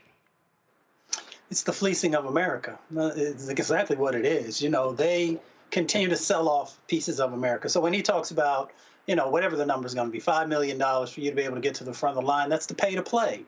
that's the world that he comes out of. If you ever followed his career, you can see how he's always paying folks off to be able to do the things that he felt that he should be able to do. And in many instances, folks just went along. Now, there were a few cases, of course, that he got caught up in, but that's what's going on when he sells these gold tennis shoes for an exorbitant amount of money, or sells a Bible, doesn't even know how to hold the Bible, he has it upside down, but yet he wants to sell it for whatever the number was. It continues to be, just selling off pieces of America. And people saw many of these things before. They didn't know about the $5 million to be able to get in the front of the line. But they did see the other things, and they said, okay, we'll continue to ride with you. Now we find ourselves in this moment where there's much more serious and egregious things that he's doing that are going to impact folks. I can tell you, the vast majority of people that I know are not going to make $5 million in their lifetime. There's a whole bunch of folks probably won't make $1 million because they're out there just grinding and trying to put food on the table and keep the lights on. But that is not of concern to him. I'll close with this. If he was serious about immigration, then he would be working with Congress to actually make the changes that were necessary to have a fair and equitable immigration bill. But he's not, he's not interested in that. But he will say that if you have enough money, then you can get to the front of the line, you can come to this country, and then you can do what you want because you'll have your citizenship. Now, actually creating jobs, if you really take a look at a whole bunch of the folks that he's been, chasing around and deporting and those types of things, those are individuals who actually help to create jobs inside of this country. So we need to make sure that we have a fair and legal immigration system that is built on equity. Larry? So basically, a lot of these folks out here fell for the banana and tailpipe. So what do we have here? So for, those individuals, like let's use, for example, Roland, who who have TPS. We know the Biden administration extended it for a number of groups, and the Trump administration then rescinded that. Venezuelans, Haitians, obviously the challenges, Cubans, et cetera, and individuals from other countries that are facing extreme economic and various other challenges, TPS status has been revoked. And some of those people, their status ends as early as next month. So you have those folks on the other hand, and in the other, group of individuals, if you got $5 million, holla at us, right? And first of all, I don't know how they came up with $5 million and not $10, $15 million. It might as well be some much even larger amount of money. I have no idea where that number came from. But the other thing is, this is a clear indication that people voted just a couple months ago, Roland, and not necessarily these people I'm talking about who were with TPS status because they're here once again because of challenges in their country, but their family members voted for this nonsense, and now they're going to have to leave the country or get deported, going back to countries once again that are struggling for various reasons. On the other hand, and someone said a Russian oligarch, so pretty much a rich criminal can give you, gets over on people, can give you several millions of dollars and have a golden parachute here in the United States. So, but it's never clear for some communities about who and what he values. But here we are, and like I said, just a few months out of the election, and a lot of people, as you said before, are finding out, and will find out even more over the next 4 years. Well, that is it. And I just sit here and I just laugh at these old broke folk. What, somebody want to say something? Go ahead. I'll say something real quick, because Republicans have been talking about for decades now about folks getting into the line and following the immigration system, right? And having to go through all those steps that often takes years and years and years for you to get your citizenship. And now, Donald Trump has said, well, that's no longer the case. If you got platinum card money, I don't know why he called it gold card. Anybody can get a damn gold card. Then, now you can move to the front of the line. So it goes completely against everything that they said that they believe in. Now, the question becomes, are they going to make sure that they are crying out about that? Because that has been one of the major items that they have used to get people to vote. So we'll see how it plays out. Oh, absolutely. All right, folks. The fallout continues with regards to Joy Reid's show being canceled on MSNBC. Last night was her final episode. And so on last night's show, she talked about you know, what she'll be doing next, how people can actually reach her. Do y'all have her comments from last night? Okay, so again, so on last night's show, she, of course, got praised by a variety of people, former colleagues there. She spoke about, in terms of really what she is going to be doing, and even how she even opened her show, talking about, again, what the focus is. So just take a listen to how she opened last night's show. But I think we begin tonight with what I think is the question. When you are in the midst of a crisis, and specifically a crisis of democracy, how do you resist? When fascism isn't just coming, it's already here. So what, if anything, can you do about it? Well, for one thing, you can try to learn from history, from what people in this situation in countries around the world and in America have done before. As my friend Rachel Maddow always says, history is here to help.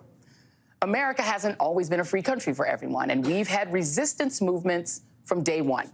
From enslaved people fighting their captivity. Shout out to Harriet Tubman, who was a 92%er before 92%ing was cool. And even taking up arms during the Civil War. To the women's movement and the workers' rights movement and the Stonewall gay rights movement. They've all been versions of the fight to make this a free country for everyone and to have a true multiracial democracy. And that is history's most important lesson, right? That the most important thing, the first rule, is to fight back, to never stop resisting. Do not obey in advance, as Tim Snyder put it. Do not take the knee, to throw in a Game of Thrones reference. Even if it's scary or uncomfortable or inconvenient, just keep saying no, or finding creative ways to say no in small ways and large. Medgar Evers said, do not shop where they will not employ you. Dr. King championed the Montgomery bus boycotts to become the leader of the civil rights movement. The labor rights movement shut down factories and hobbled industries to win the 40-hour work week that you enjoy right now, and more recently to ensure the right of workers to work from home during COVID. People have marched against the Vietnam War and the war in Iraq and against the decimation of Gaza using our tax dollars. You don't always win every battle, but the whole thing is about resisting. Absolute bombshell. She's absolutely right. So, different folks have been responding. Well, it took us a while. The National Association of Black Journalists, they've released their statement. In their statement says here, so if we can pull it up. I'm gonna try to pull it up over here as well, so I can zoom in on it, because guys, people can't see that. So this is quite interesting. They say. The National Association of Black Journalists met with NBC Universal's head of diversity yesterday to discuss concerns about recent changes that have affected the black voices seen and heard on air every day. While NBC Universal leadership has assured us that they, let me just pull it up right over here, guys, so I can zoom in on it. Okay, go to my iPad.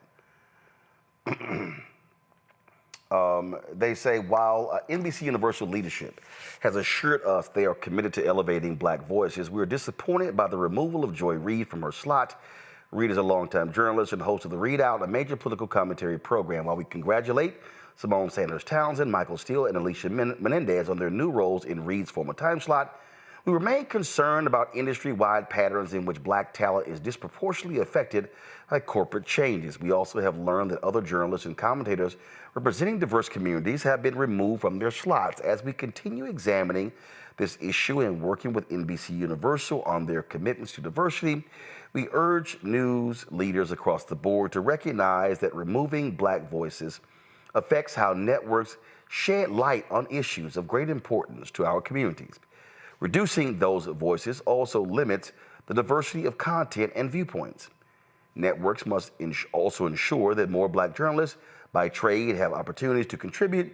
We urge all news platforms to add rather than subtract from the diversity of their talent, both on camera and behind the scenes. That's the statement.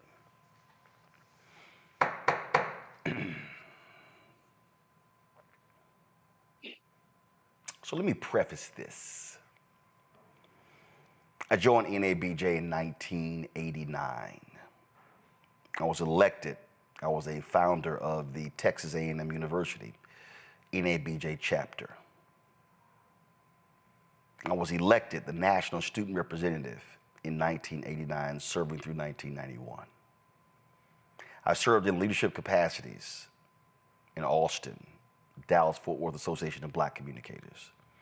I belonged to chapters in Houston and Chicago. I later was elected to the board as secretary.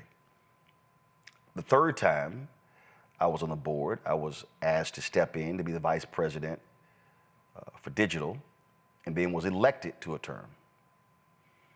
I've been honored with the NABJ President's Award.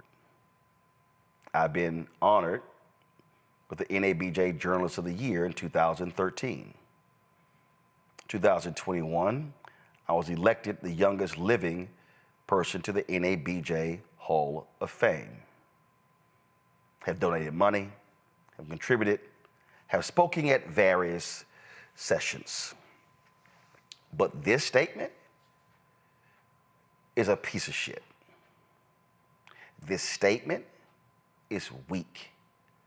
This statement is impotent. First and foremost, the statement isn't even signed. There's no quote in this statement from the President, Ken Lemon. There's no quote in this statement from Executive Director Drew Barry. What is this? Not only that, go to my iPad, Anthony. It says that we met with NBC Universal's head of diversity. You did what? You don't meet with the head of diversity. You meet with the goddamn president.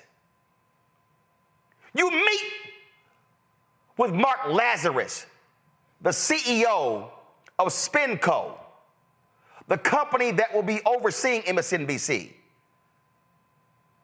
Mark Lazarus, Rebecca Cutler is the president of MSNBC. You don't meet with the head of diversity, who had no role in this, who has no P&L responsibility. Really? Let me explain something to y'all. When I was on the board and we were kicking Jeff Zucker's ass for no black direct reports, CNN said, well, we'll meet with the board. We're not going to meet with Roland Martin. And I said, if y'all meet with them without me, I'm kicking all y'all's asses. They didn't meet with CNN. When we were going after ABC, ABC offered for their vice president, Barbara Fedida, who was later fired because of some racist comments, fired her, so they offered to meet with her and somebody else. Our president at the time, Sarah Glover, was going to meet with her. I said, no, you're not. I said, presidents don't meet with folk lower than the president. I said, you as the president of the National Association of Black Journalists, you do not meet with underlings. You meet with folk on your level. And so I can tell y'all, when we went after, when there were issues with ESPN, and I was on the board, we met with Jimmy Pitaro, who was the president of ESPN. When we met with Disney, we met with Peter Rice, who was one of the top executives at Disney. When we challenged Jeff Zucker and CNN, we had a meeting with Randall Stevenson's subordinate, and the meeting was supposed to lead to a meeting with Stevenson because our leadership walked into the meeting and had a weak-ass ask, making us look like fucking fools. That never happened. This is the statement you release regarding the cancellation of Joy Reid's show? This is a statement you released? This weak-ass statement? The word dropped on Saturday that Joy was being ousted? And this is what you worked on Saturday, Sunday, Monday, and released on Tuesday? Do y'all understand that this year will mark the 50th anniversary of the National Association of Black Journalists? It will mark when 44 people met in Washington, D.C. in order to create this organization. And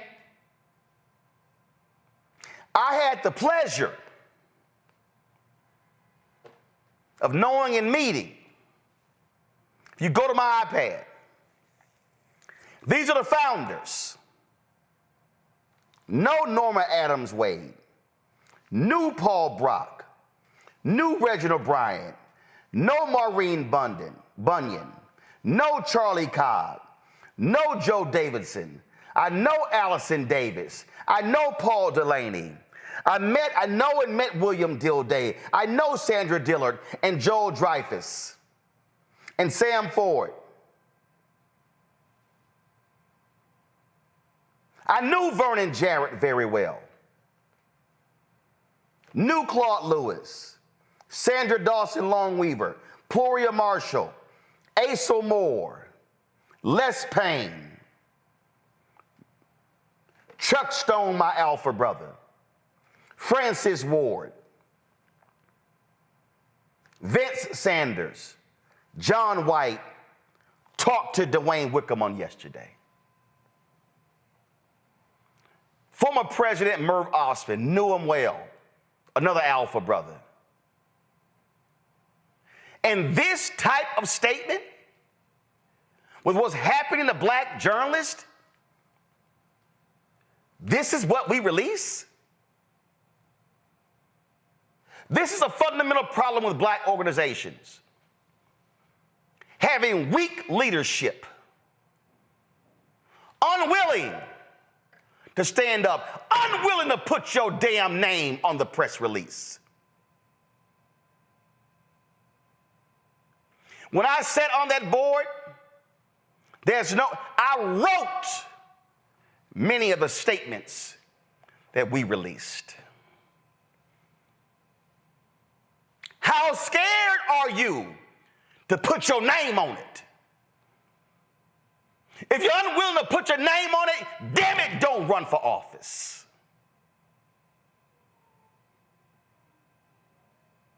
Yes, I'm talking to you, President Ken Lemon.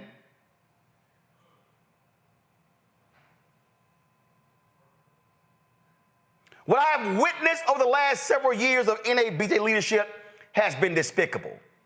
2 years ago, Birmingham, we give the NABJ Journalist of the Year award to Jim Trotter because he stood up to the NFL Network and Roger Goodell, and we didn't even have the audacity that year to give them our Thumbs Down award. We waited to 2004, and we just dropped it out there to the public. If you go to YouTube and pull it up, you're going to see it's only have 12 views. And hell, it was 11 till I pulled up last night. Here's the problem that we have, because this goes beyond NABJ. Where is black leadership? Where are other black organizations? Why is it right now organizations are so quiet? Why is it that folk don't want to say anything? Well, we have to understand that these companies, they know and they can smell weakness. They know when we have spineless leadership. They know when folks are unwilling to say what needs to be said. They know, oh, we can ignore them. They won't say nothing. They won't do nothing. And here's the greater issue. What signal does this send to the membership? And if it comes knocking on their door, they know NABJ ain't gonna have their back.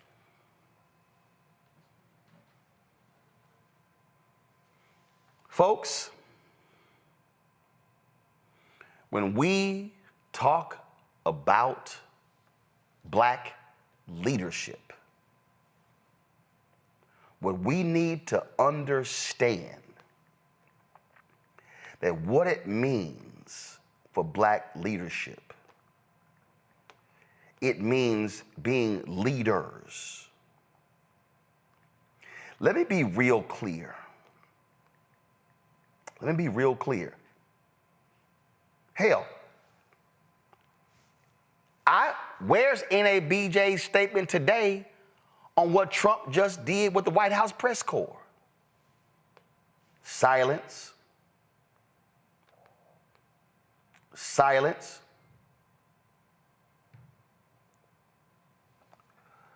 What I need people to realize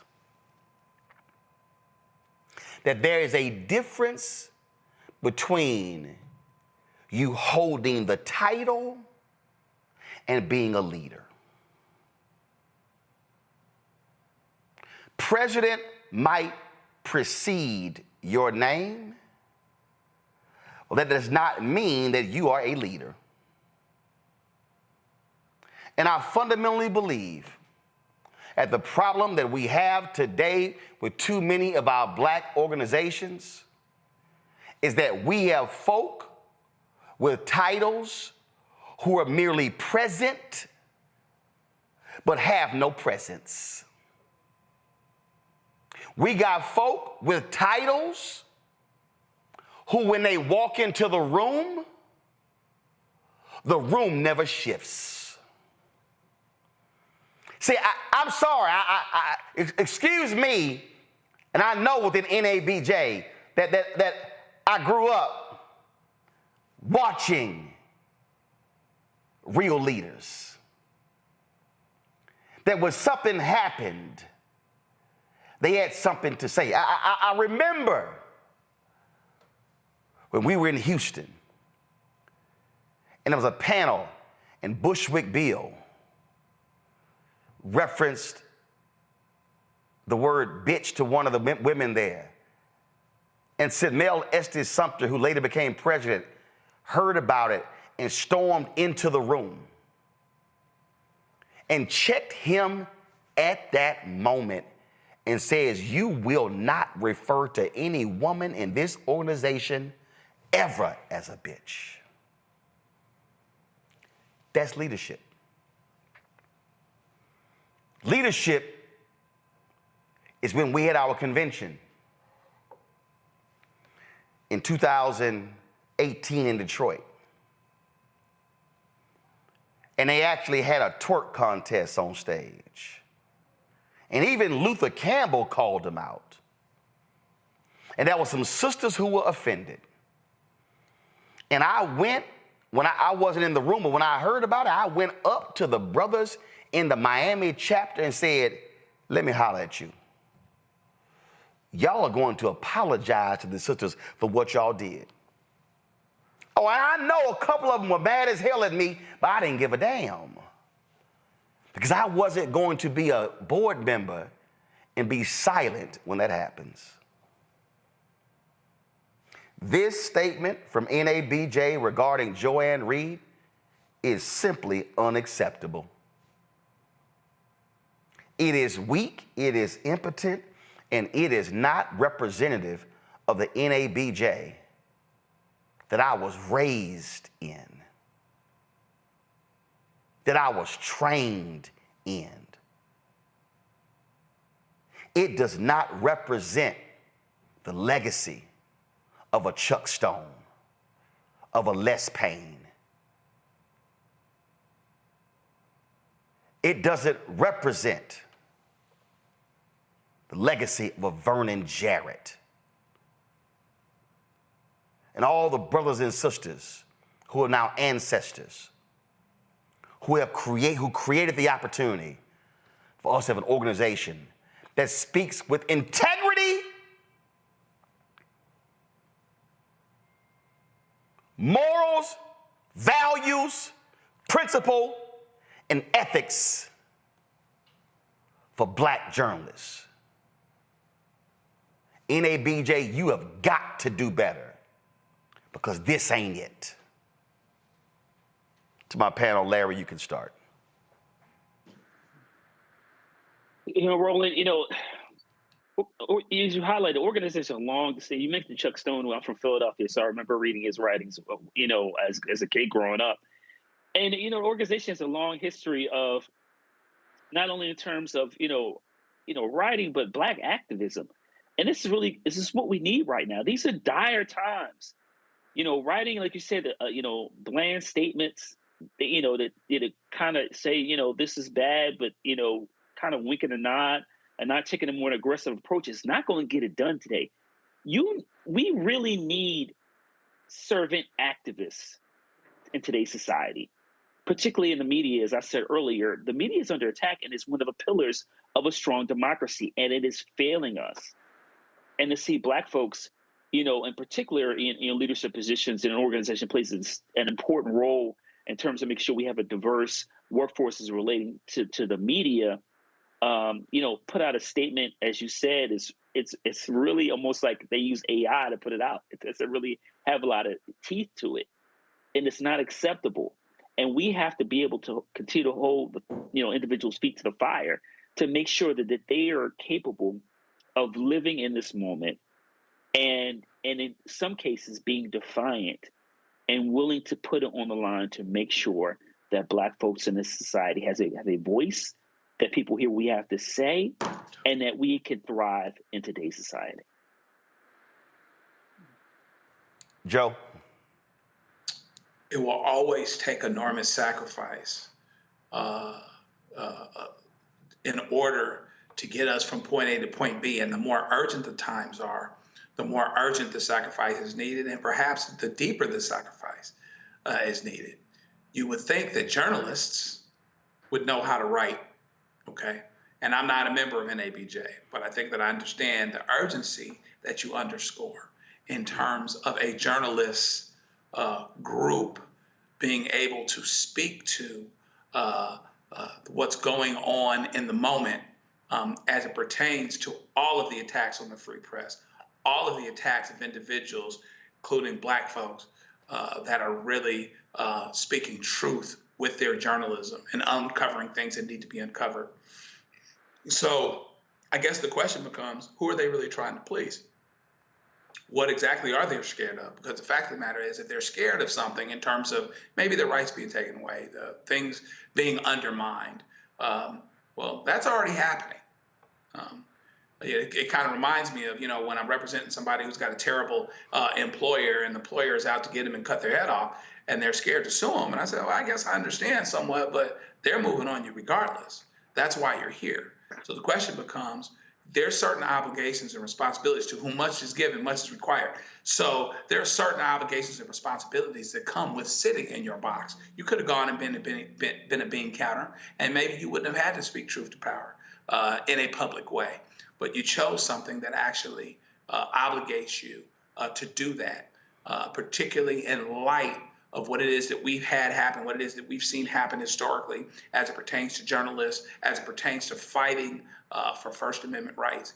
And that just creates an urgency. We can't get rid of the fact that the urgency is there. And so therefore, my hope is that we always meet the moment. And in moments like this, when we are admonished that we aren't meeting the moment, hopefully we respond not by recoiling and covering ourselves up and going and rolling up in a ball in a corner, but by actually meeting the moment because our freedoms absolutely depend on it. So hopefully NABJ and similar organizations from bottom to top, we get to work and do the things that we need to do in that regard. You know, Mustafa, I'm sure there are going to be some people who say, man, you didn't have to go so hard. Couldn't you just have called some folks and talked offline? No, sometimes you can't have that private conversation. Sometimes you got to go ahead and make it public. And I mean, again, I'm just real clear here. I'm just real clear here. This is not a moment for feckless leadership. And Mustafa, I'm very clear. If you don't want to do what the job requires, then damn it, resign. Don't run for the office. But if you decide, Mustafa, here's what people don't realize. 2011, I think it was 2011. NABJ was critical. We were critical of, what happened was CNN, they had hired Erin Burnett, they gave her a show at 7 o'clock. They had pushed John King's failing show back to 6 o'clock. I mean, it was horrible. It wasn't nobody watching that show. And then the other networks actually had hired hosts, and they weren't, I mean, all these shows had hosts, and nobody was black. So we were debating the issue. And I was on the board. I was at CNN at the time. Out of all the people on the board, I was the only one on the board who had the possibility of actually being a show host at one of these networks. And we were discussing, should we give CNN and MSNBC the thumbs down award in 2011. So we were having this conversation, and there was a sister who was on the board who worked at CNN who felt that I should refrain from voting and criticizing CNN because I worked there. And I said, baby, let me explain something to you. I said, I was elected as an executive officer to lead. I said, now, if I'm going to abstain, I need to leave the board. And in my speech to the board, I literally said, I am a potential beneficiary of hosting one of these shows, but I will be shirking my responsibility to the membership that elected me if I put my personal ambition before the membership. And I voted to grant them the thumbs down award. Well, here's what was crazy. We did that. And one of our former presidents runs off and tell the folk at NBC, because they've been so good to us with donations, and they objected. Then we voted a second time to give them a thumbs down award. Then the outgoing president, being weak, didn't put the statement out. Then the weak incoming president waited 9 months to put the statement out. And I'm sitting here trying to tell this sister who worked at CNN, who's on the board, I said, baby, you probably ain't never even made $100,000 there. I said, you don't understand how much executive producers make on these shows. You don't understand what it would mean to have black show hosts and the ability to create. Well, I went through this whole thing, but the key is, I could have been selfish and said, man, I ain't gonna sit here and vote, because you know what, I might get one of them jobs. So I ain't gonna sit here. I ain't gonna say nothing against my master, because they giving me a check. And maybe the difference between me and her, Mustafa, is CNN wasn't my only check. I had a TV One check. I had a Tom Joyner Morning Show check. I had speeches and books check. And CNN. I had 5 lines of revenue, money going to my media company. CNN was number 3. Maybe that's probably why I wasn't afraid to make that vote. That to me, and this ain't about being arrogant or cocky or somebody saying, oh man, way to go. No, when you are elected to leadership, you are to put your personal ambitions on the shelf, and you are to lead for the people who chose you. Without a doubt, just let me add one other thing to what you said. It is also about moral fortitude.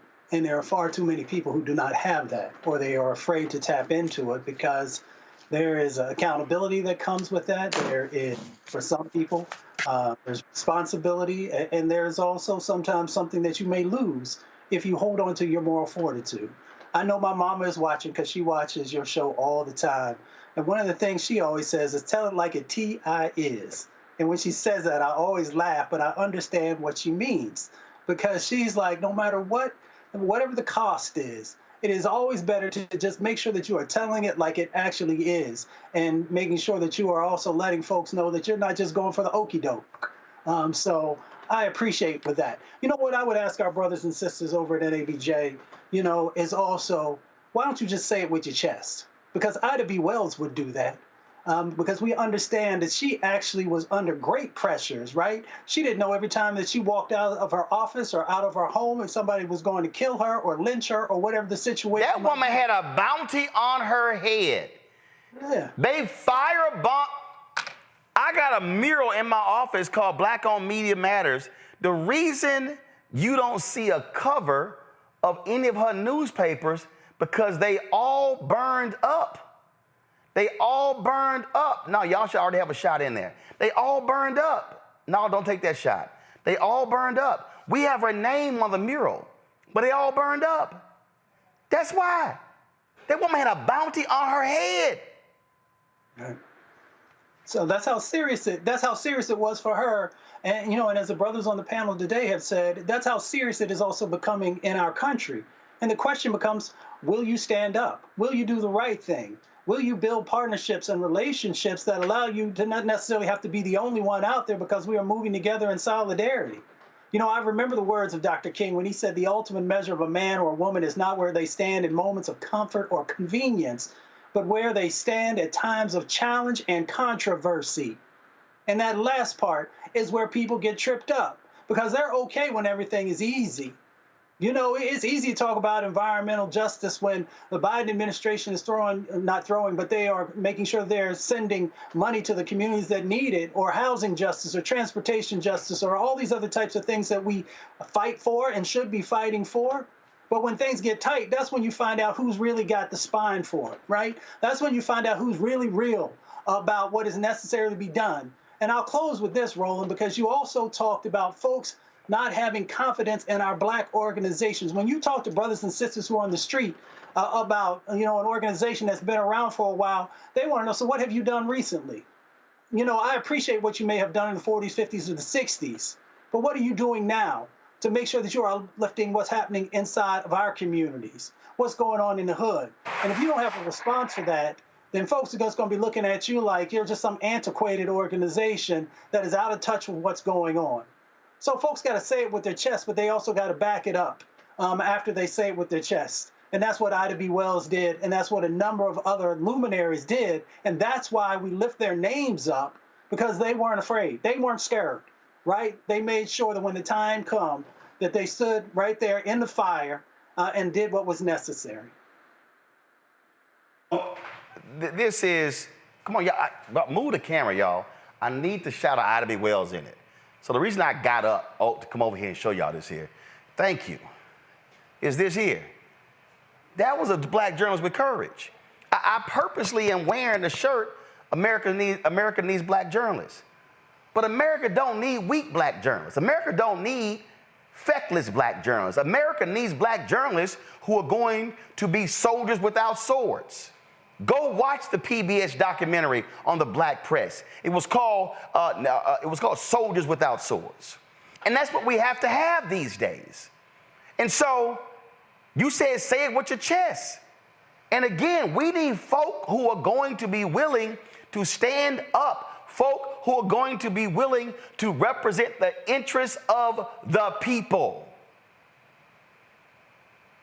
And when I say, and look, I don't mean no disrespect to anybody who's got a vice president for diversity title. But let me be real clear. They ain't got no power. Somebody with a VP for diversity title, they got no power. And so NABJ, don't ever do that again. If something happens to a black journalist on a local level, you meet with the editor and the publisher. You don't meet with the assistant city editor. If something happens in a television newsroom, you meet with the news director and the general manager. You don't meet with the assignment editor. When something happens with a magazine, you meet with the executive editor or the head of content and the media CEO or the publisher. You don't meet with the fashion editor. And if you're talking to a network, you don't meet with the VP of diversity. They should have met with Rebecca Cutler, the president of MSNBC, and Mark Lazarus, the CEO of SpinCo. Now is not the time for weak folk in positions of power, because weak folk in positions of power make the position weak. And time is up for all of that. I'll be right back.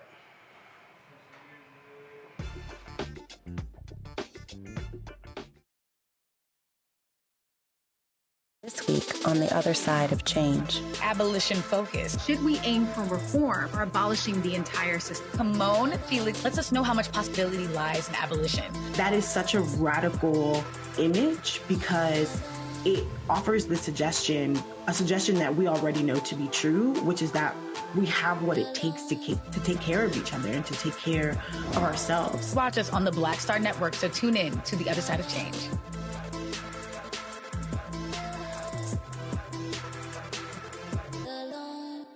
We begin tonight with the people who are really running the country right now. Now, Trump is often wrong and misleading about a lot of things, but especially about history. Donald Trump falling in line with President Elon Musk. In the wake of the unsettling news that MSNBC has canceled Joy Ann Reid's primetime show, The Readout, Roland Martin and the Black Star Network would like to extend an invitation to all of the fans of Joy Ann Reid's MSNBC show to join us every night to watch Roland Martin Unfiltered, streaming on the Black Star Network for news, discussion of the issues that matter to you, and the latest updates on the twice impeached, criminally convicted felon-in-chief Donald Trump and his unprecedented assault on democracy, as well as co-president Elon Musk's takeover of the federal government. The Black Star Network stands with Joy Ann Reid and all folks who understand the power of black voices in media. We must come together and never forget that information is power. Be sure to watch Roland Martin Unfiltered weeknights, 6 p.m. Eastern at youtube.com/Roland S. Martin or download the Black Star Network app. Hatred on the streets, a horrific scene, a white nationalist rally that descended into deadly violence. White people are losing their damn minds. as an angry pro-Trump mob storms the U.S. Capitol. We're about to see the rise of what I call white minority resistance. We have seen white folks in this country who simply cannot tolerate black folks voting. I think what we're seeing is the inevitable result of violent denial. This is part of American history. Every time that people of color have made progress, whether real or symbolic, there has been what Carol Anderson at Emory University calls white rage as a backlash. This is the rise of the Proud Boys and the Boogaloo Boys. America, there's going to be more of this. Here's all the Proud Boys, guys. This country is getting increasingly racist in its behaviors and its attitudes because of the fear of white people. The fear that they're taking our jobs, they're taking our resources, they're taking our women. This is white fear.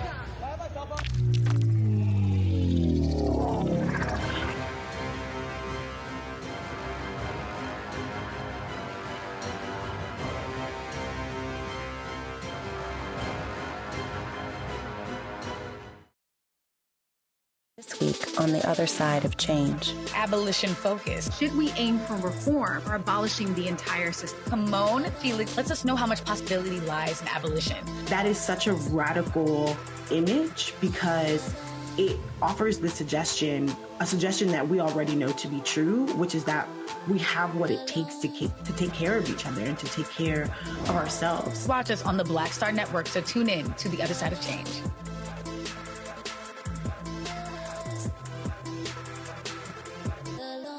What's up, Geek Today in the place to be. Got Kicked Out Your Mama's University, creator and executive producer of Fat Tuesdays, a air hip-hop comedy. But right now, I'm rolling with Roland Martin, unfiltered, uncut, unplugged, and undamn believable. You hear me?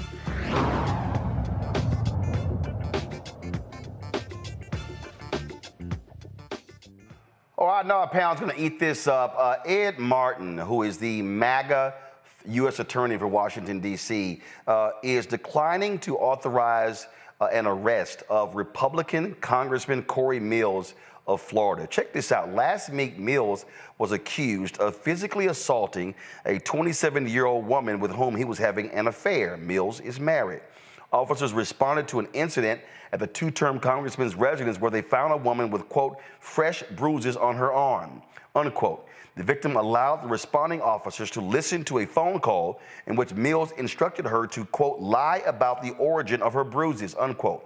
Mills was not arrested at the time, but when he was informed that an arrest would be forthcoming, the victim returned and recanted several details about the altercation. An arrest warrant for Mills was created on Friday and sent to the U.S. Attorney for ratification. Now, the reason that's important, y'all, because in D.C., the U.S. Attorney has jurisdiction. However, the U.S. Attorney Martin, who represented Proud Boys and January 6 white domestic terrorists, his office refused to sign the warrant, returning the case to the Metropolitan Police Department for further investigation. So basically, Joe, what Trump's people are saying is, hey, we're MAGA, and we won't indict or arrest a MAGA Republican for physically assaulting a woman. Yeah, we're going to take care of our own. We're going to cover our own. And so therefore, I mean, this is just another one of these situations where if you are actually concerned about justice and what's supposed to be truth, justice, in the American way, people ought to be yelling out loud about this. This is domestic violence where someone was scared, someone was beat up, and ultimately they end up helping to try to cover for him as scared women or scared domestic violence victims can often do.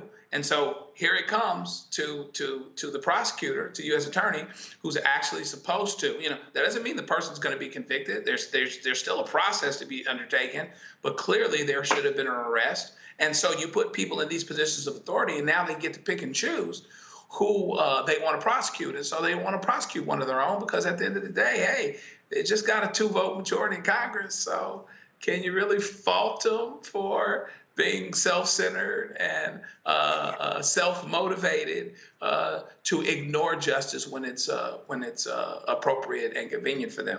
So this is going to be a theme. I think it's going to continue to happen. You've got the fox guarding the hen house, big time. Larry, keep in mind that Martin also said this the other day. Go to my iPad, Anthony. As President Trump's lawyers, we are proud to fight to protect his leadership as our president, and we are vigilant in standing against entities like this AP who refuse to put America first. Edward R. Martin, Jr., United States Attorney, District of Columbia. Larry, the U.S. Attorney is not Trump's lawyers. They represent the people of the United States. This is the problem with this thug being in the Oval Office. His minions believe that they are there only to serve him and not the American people. That statement that, you just read and I remember seeing, a few days ago is straight out of the authoritarian playbook. In Chile, Russia, and various other countries, we've seen this over, Mussolini. We've seen this over the decades. It's the same playbook, Roland. And so, yeah, I mean, they're not, we saw what happened with the January 6th insurrectionists. So none of this is going to be surprising. And people should really prepare themselves for more of this over the next couple of years. President Trump has complete immunity, and he's put in place from DOJ and various other places individuals who are completely beholden to him and will completely continue to ignore the U.S. Constitution. So this will only get worse. We'll continue to hear stories about this. The story I'm most interested in, and this one certainly is interesting, but the billions and trillions of dollars that will eventually be stolen from the U.S. Treasury that, we'll certainly find out years from now, and probably those individuals won't be prosecuted either. So this is the very beginning of a long road of individuals who committed crimes, and they're being ignored. Mustafa? Well, it's supposed to be the party of family values, right? That has been their mantra for decades now. And we see what the party of family values actually stands for. Because when they see someone who's done some type of an action like this, then you hear silence. You don't hear them saying anything about it. You don't hear them asking him to, not even at a minimum to apologize, but much more significant action should be going on in relationship to putting your hands on a woman. And the other part is that we know that we have two justice systems that actually exist inside of America. Right now, a justice system that would hold all of us accountable and many, many other people across our country if we did something like this. And the other justice system is for those who have privilege and power, or at least assume power in this moment. So we just have to be aware of the playbook that is currently playing out in front of us, and make sure that we're prepared for the things that are going to come, as the other brothers have shared over the next couple of years. Absolutely. All right, folks, we have lost some amazing figures in the area of music. Gwen McCrae, the soulful voice behind classics like Rockin' Chair and Funky Sensation, passed away at the age of 81. Known as the Queen of Rare Groove, Gwen's music wasn't just played, it was felt. Her songs filled with passion and funk became the soundtracks to cookouts, family gatherings, and late-night grooves. She gave us music from 90% of Me to Keep the Fire Burning that stood the test of time. Born in Pensacola, Florida, Gwen started singing in church and went on to bless us with 14 albums over her decades-long career. Even if you don't know her name, trust me, you know her sound, because artists like Lady Gaga, Mobb Deep, and Cypress Hill have all sampled her music, proving her influence stretches far beyond her era. In 2012, Gwen suffered a stroke that took her away from the stage, but her voice, that never faded. Gwen McCrae leaves behind a legacy of soul, groove, and timeless classics that will continue to move us for generations to come. Folks, we'll say goodbye to another soul legend, Chris Jasper, the Grammy Award-winning singer, songwriter, and iconic Isley Brothers member. He passed away at the age of 73. His family confirmed the news, sharing that Jasper was diagnosed with cancer just December. He was born in Cincinnati, where he grew up as a classically trained musician, but soul music was his destiny. He lived in the same apartment complex as the Isley family, and by high school, he'd already formed a band with Marvin and Ernie Isley. That connection led him to tour with the legendary Isley Brothers while studying at Juilliard and Long Island University. Before long, he was writing hits for the group, including the 1972 classic, Love Put Me on a Corner. But his voice and musicianship gave us timeless records like For the Love of You and Caravan of Love, songs about love, unity, and making the world a better place. Folks, man, this is a big one here. Grammy-winning singer and pianist Roberta Flack She passed away on Monday at the age of 88. According to a statement from her publicist, Elaine Schock, she died at her home surrounded by her family. In 2022, Flack revealed she had been diagnosed with ALS, also known as Lou Gehrig's disease, and she could no longer sing. Flack was discovered in the late 1960s by jazz musician Les McCann. Flack made history in 1973 with her hit Killing Me Softly with his song, becoming the first artist to win consecutive Grammys for Best Record. A classically trained pianist, she was so gifted at the age of 15, she received a full scholarship to Howard University. And of course, many people remember the amazing songs she did as duets with Donny Hathaway, who also was from Howard University. Folks, Roberta Flack passed away at the age of 88. And we close out this memoriam, folks, with the loss of the Iceman, Jerry Butler. He was the co-founder of The Impressions, a renowned baritone singer and songwriter. He passed away at the age of 85. His hits, For Your Precious Love and Only the Strong Survive. Butler, who earned 2 Grammy nominations during his career, passed away at his home in Chicago. Born in Missouri, he was just 3 years old when his parents, who were sharecroppers, moved the family to Chicago as part of the Great Migration in the late 1950s. He formed The Impressions with his childhood church friend, Curtis Mayfield, who of course passed away in 1999.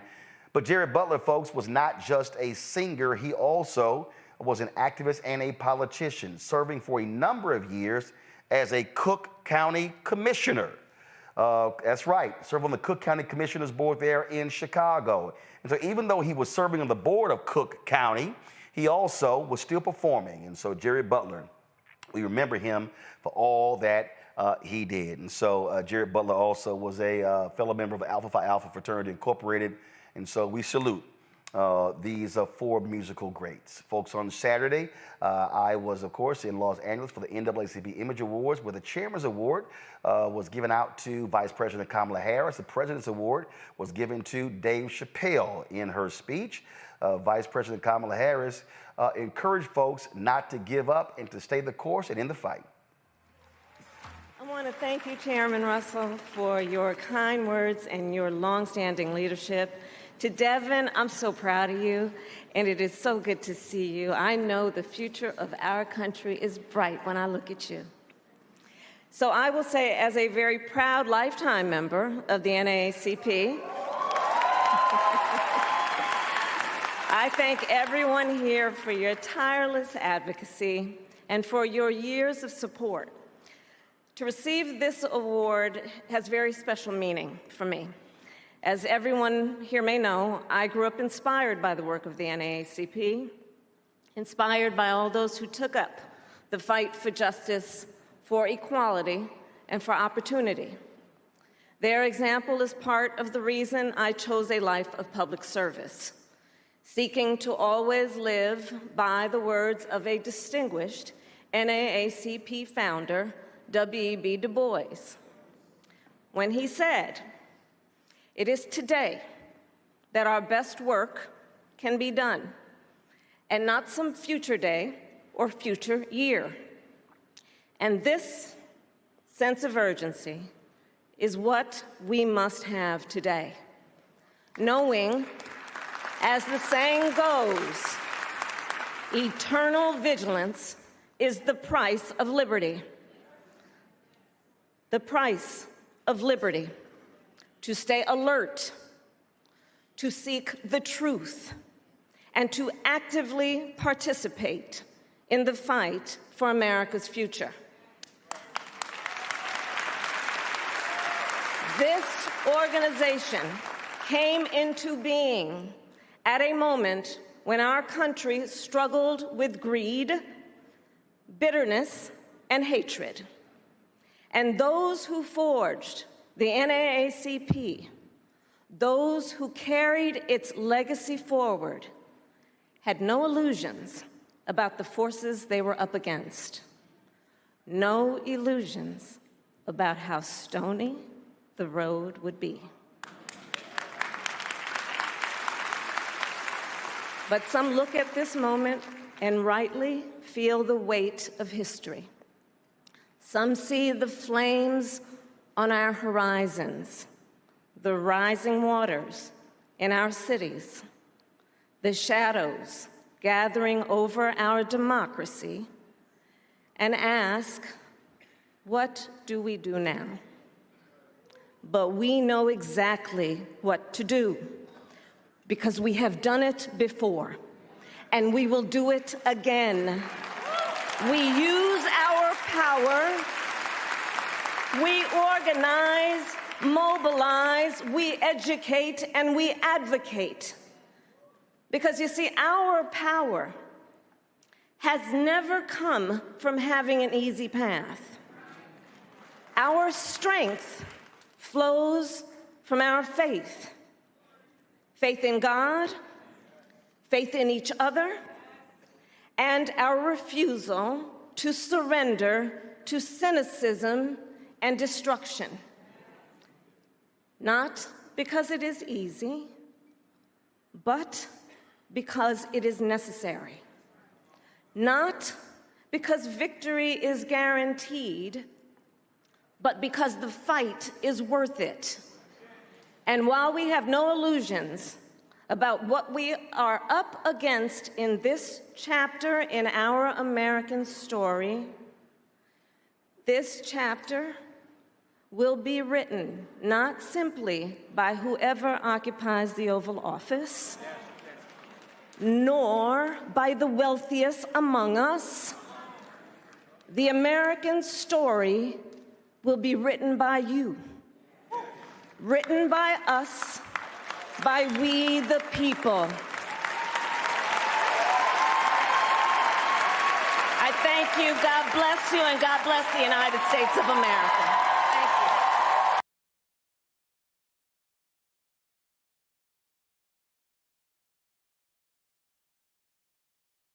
you. Get the panelists' comments on that. I gotta play this here. So Kerry Washington, she got the NAACP Image Award for the Tyler Perry movie on Netflix, featuring the sisters, of course, who were delivering the mail during World War II.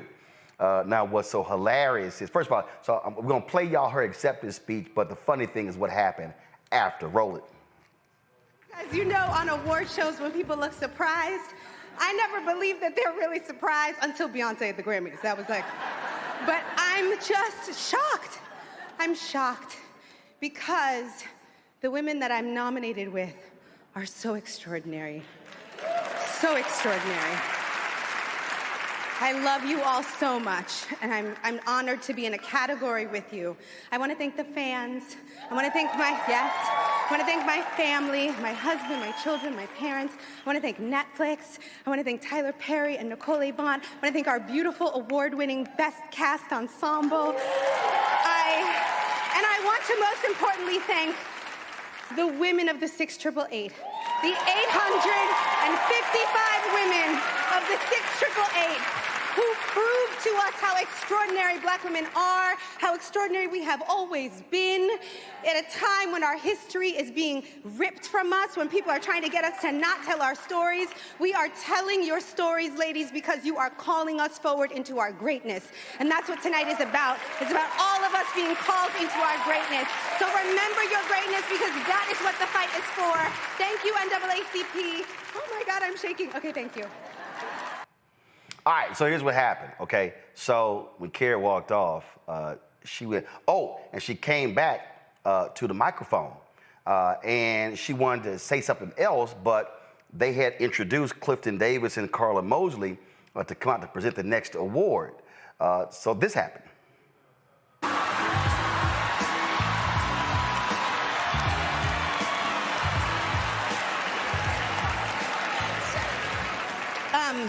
These guys are great. They have an amazing show that's going to be premiering soon. But I did not thank Tyler Perry. I did? You did. No, but they didn't.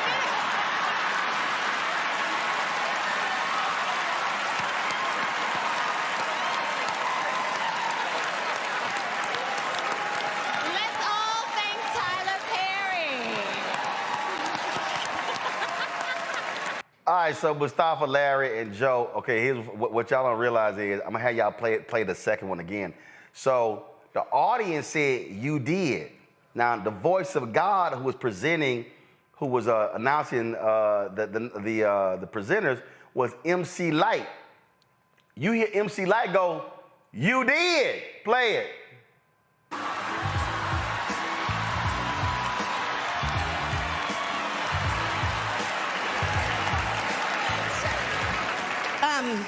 These guys are great. They have an amazing show that's going to be premiering soon. But I did not thank Tyler Perry.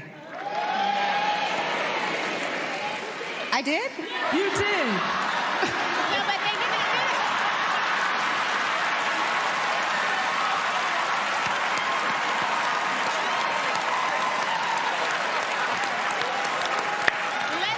Oh my God, that was hilarious. Tyler Perry, I texted him. He got a huge kick out of that. So that was pretty funny there. But just want to get y'all thoughts, what the vice president had to say. Mustafa, I'll start with you.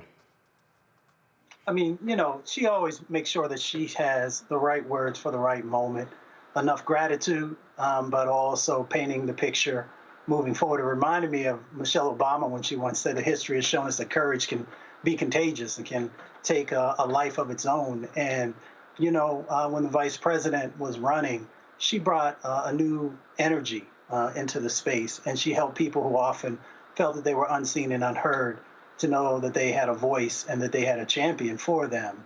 So I really appreciate the NAACP honoring her, the work that she's done, the work that I'm sure she will still do, but also making sure that we understand that, you know, we take the baton and continue to move forward. I thought it was a very positive moment, and we got a lot of work to do, but we'll get it done. Larry?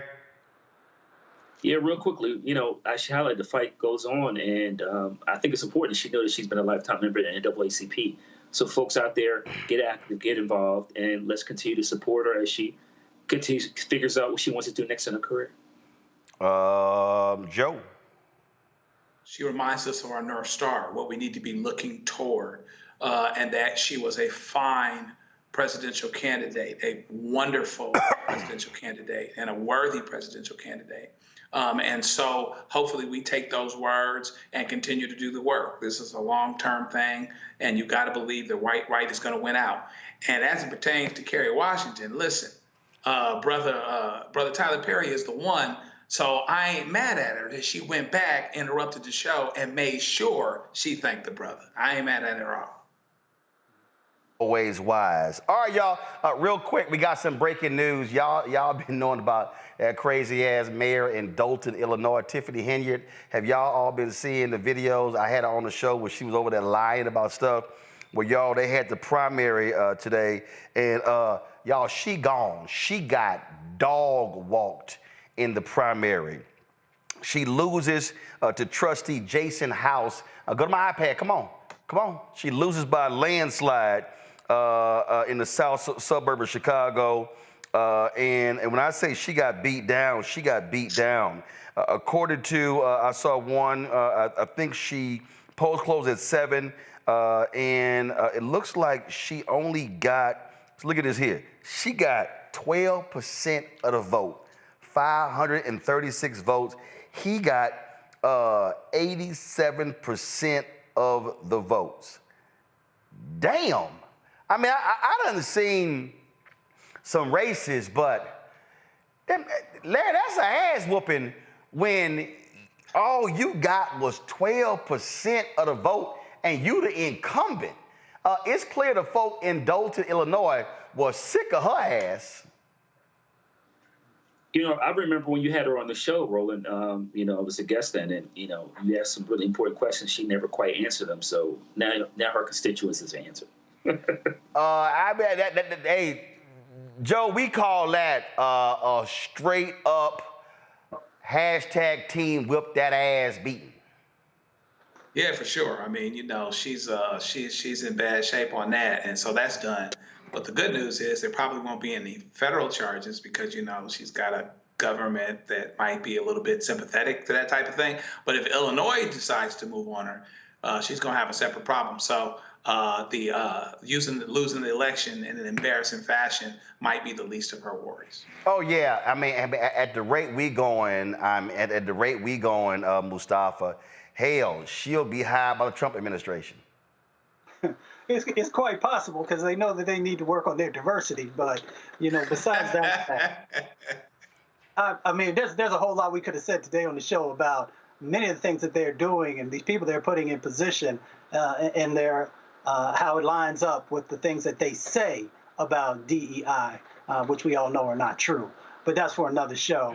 In relationship to this, that's why we love the beauty of We the People, because the people, when given the opportunity and there is a fair process, they are going to choose the right individual to be able to lead them. So I'm glad that folks had the opportunity to actually do that, and they cast their vote, and now they have, new leadership. So we wish the new leadership well. But as Ida B. Wells said, we're going to keep our eye on what's going on. We're going to make sure that there's real truth coming out of whatever administration it is, wherever across the country. Indeed, indeed. Mustafa, Joe, Larry, I appreciate y'all being on today's show. Thank you so very much. Hey, folks, don't forget, support the work that we do. This is all about speaking to the news and issues that impact African Americans. And let me explain something to y'all. It's a lot of people who not black who watch us. Tamika Mallory sent me a text today. I just want to read this for y'all real quick.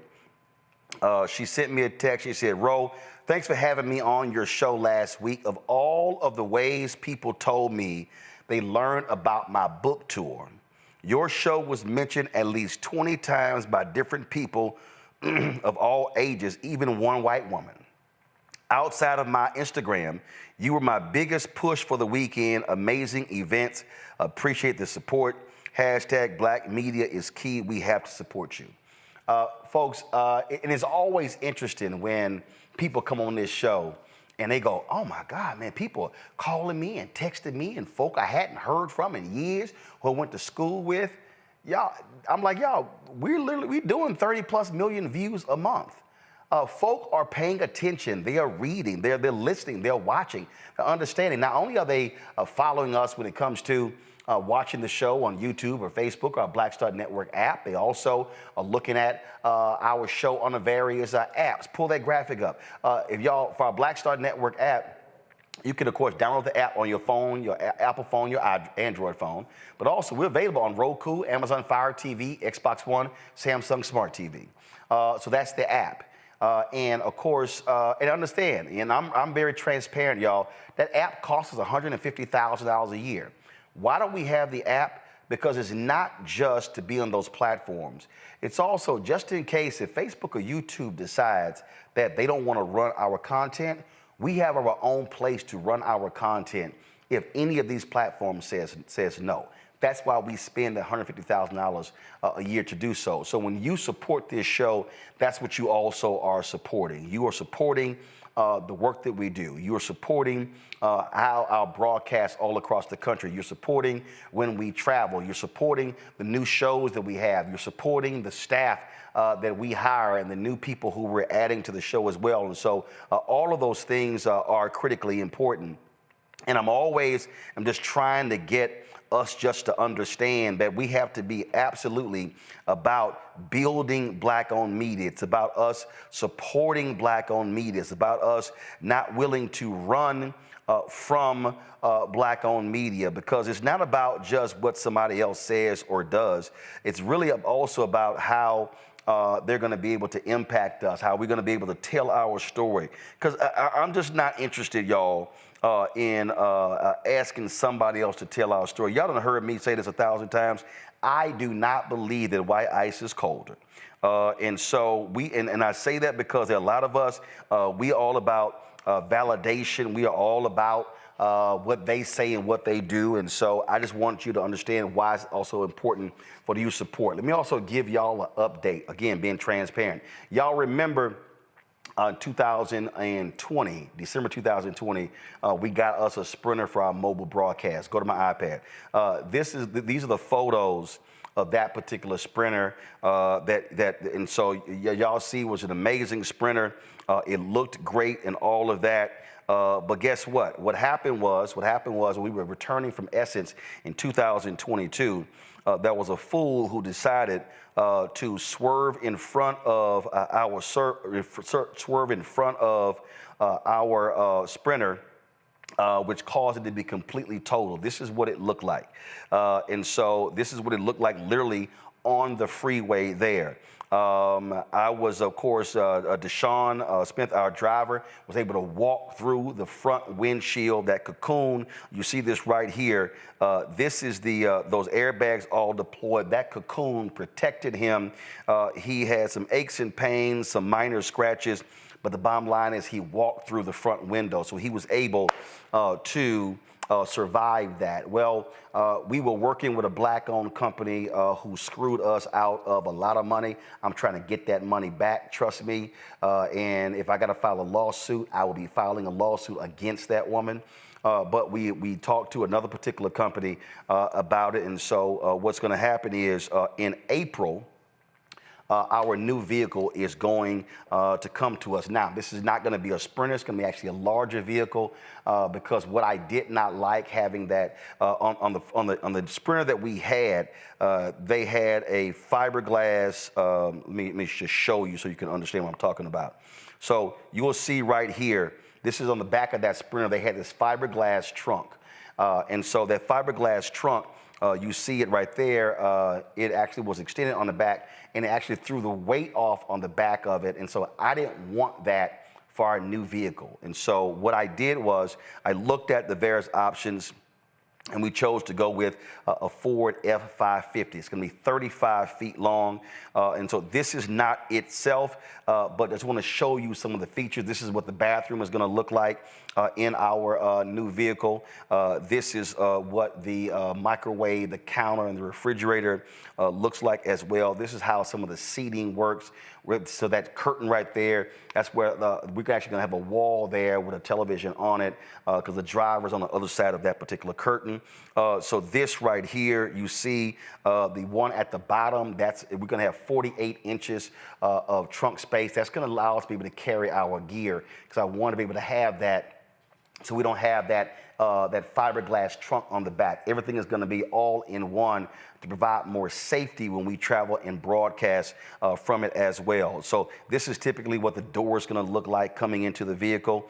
And so this is what it's going to look like on the exterior. It's going to be black. And so this is just an example of what some of the other vehicles look like. Then you have, this is another example of what the vehicle looks like. This is one of the ones they did that had an awning. I was going to get the awning because a lot of times when we travel, we want to be able to have something underneath. But the problem was that when they do these awnings now, when the wind starts kicking up, it automatically closes. It doesn't you don't have any manual control. So I didn't do that because we have our pop-up tent. We can use that. So I didn't get the awning of the vehicle. This is also an inside what was going to look. It's not going to have this color scheme, but you have a sense of what the inside of the vehicle will look like. And so the folks at LGE are building it. It will be delivered to us in April. And again, this is going to allow us to be able to now, when we go on the road, we can even do a broadcast from the inside because in the back of the vehicle will be two captain's chairs. It's going to be a television above us. And so if we want to do a one-on-one interview in the vehicle, if it's raining outside or whatever, we can actually do that. And so I wanted to show you that because a lot of you contributed to help us get our new vehicle. And I'm always saying how we have to be, again, to let y'all know what we're doing, because when you are investing in this show and you're investing in my vision and for this show and this network, I want to show you, when you give donations, I want to show you what it's going to.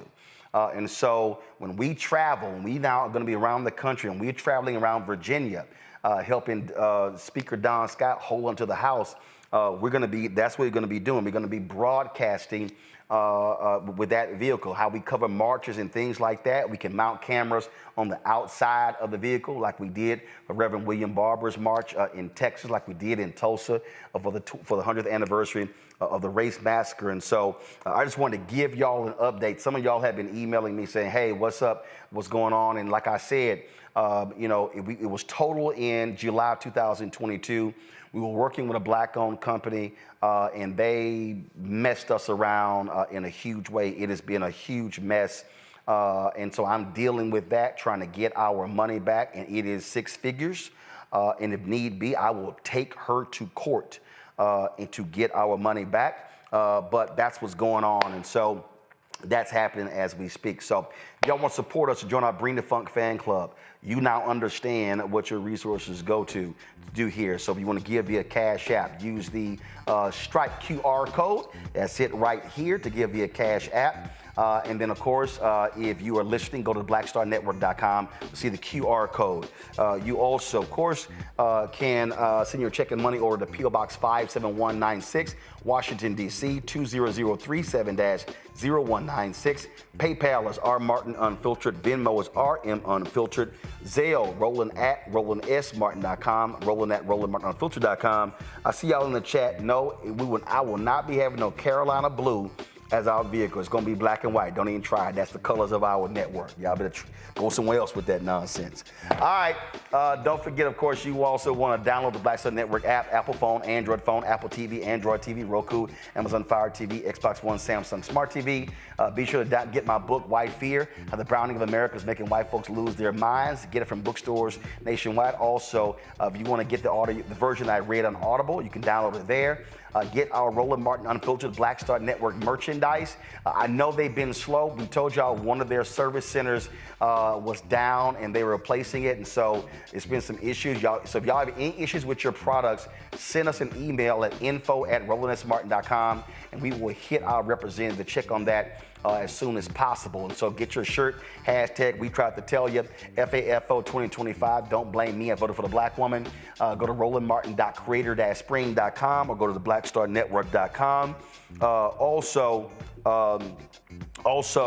What we want you to do is if you want to download the app Fanbase, be sure to do that. If you want to invest, almost $10 million of the $17 million in the Series A raise has been raised, and so go to startengine.com/fanbase as possible.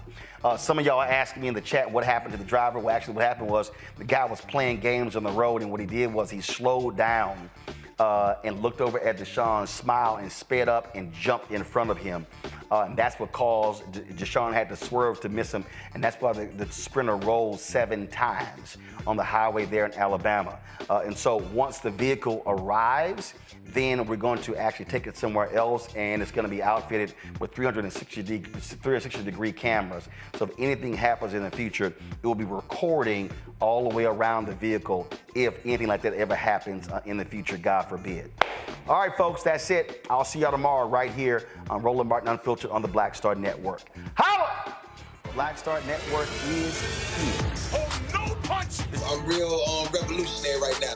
Thank you for being the voice of Black America. All momentum we have now, we have to keep this going. The video looks phenomenal. See, there's a difference between Black Star Network and black-owned media and something like CNN. You can't be black-owned media and be scared. It's time to be smart. Bring your eyeballs home. You dig?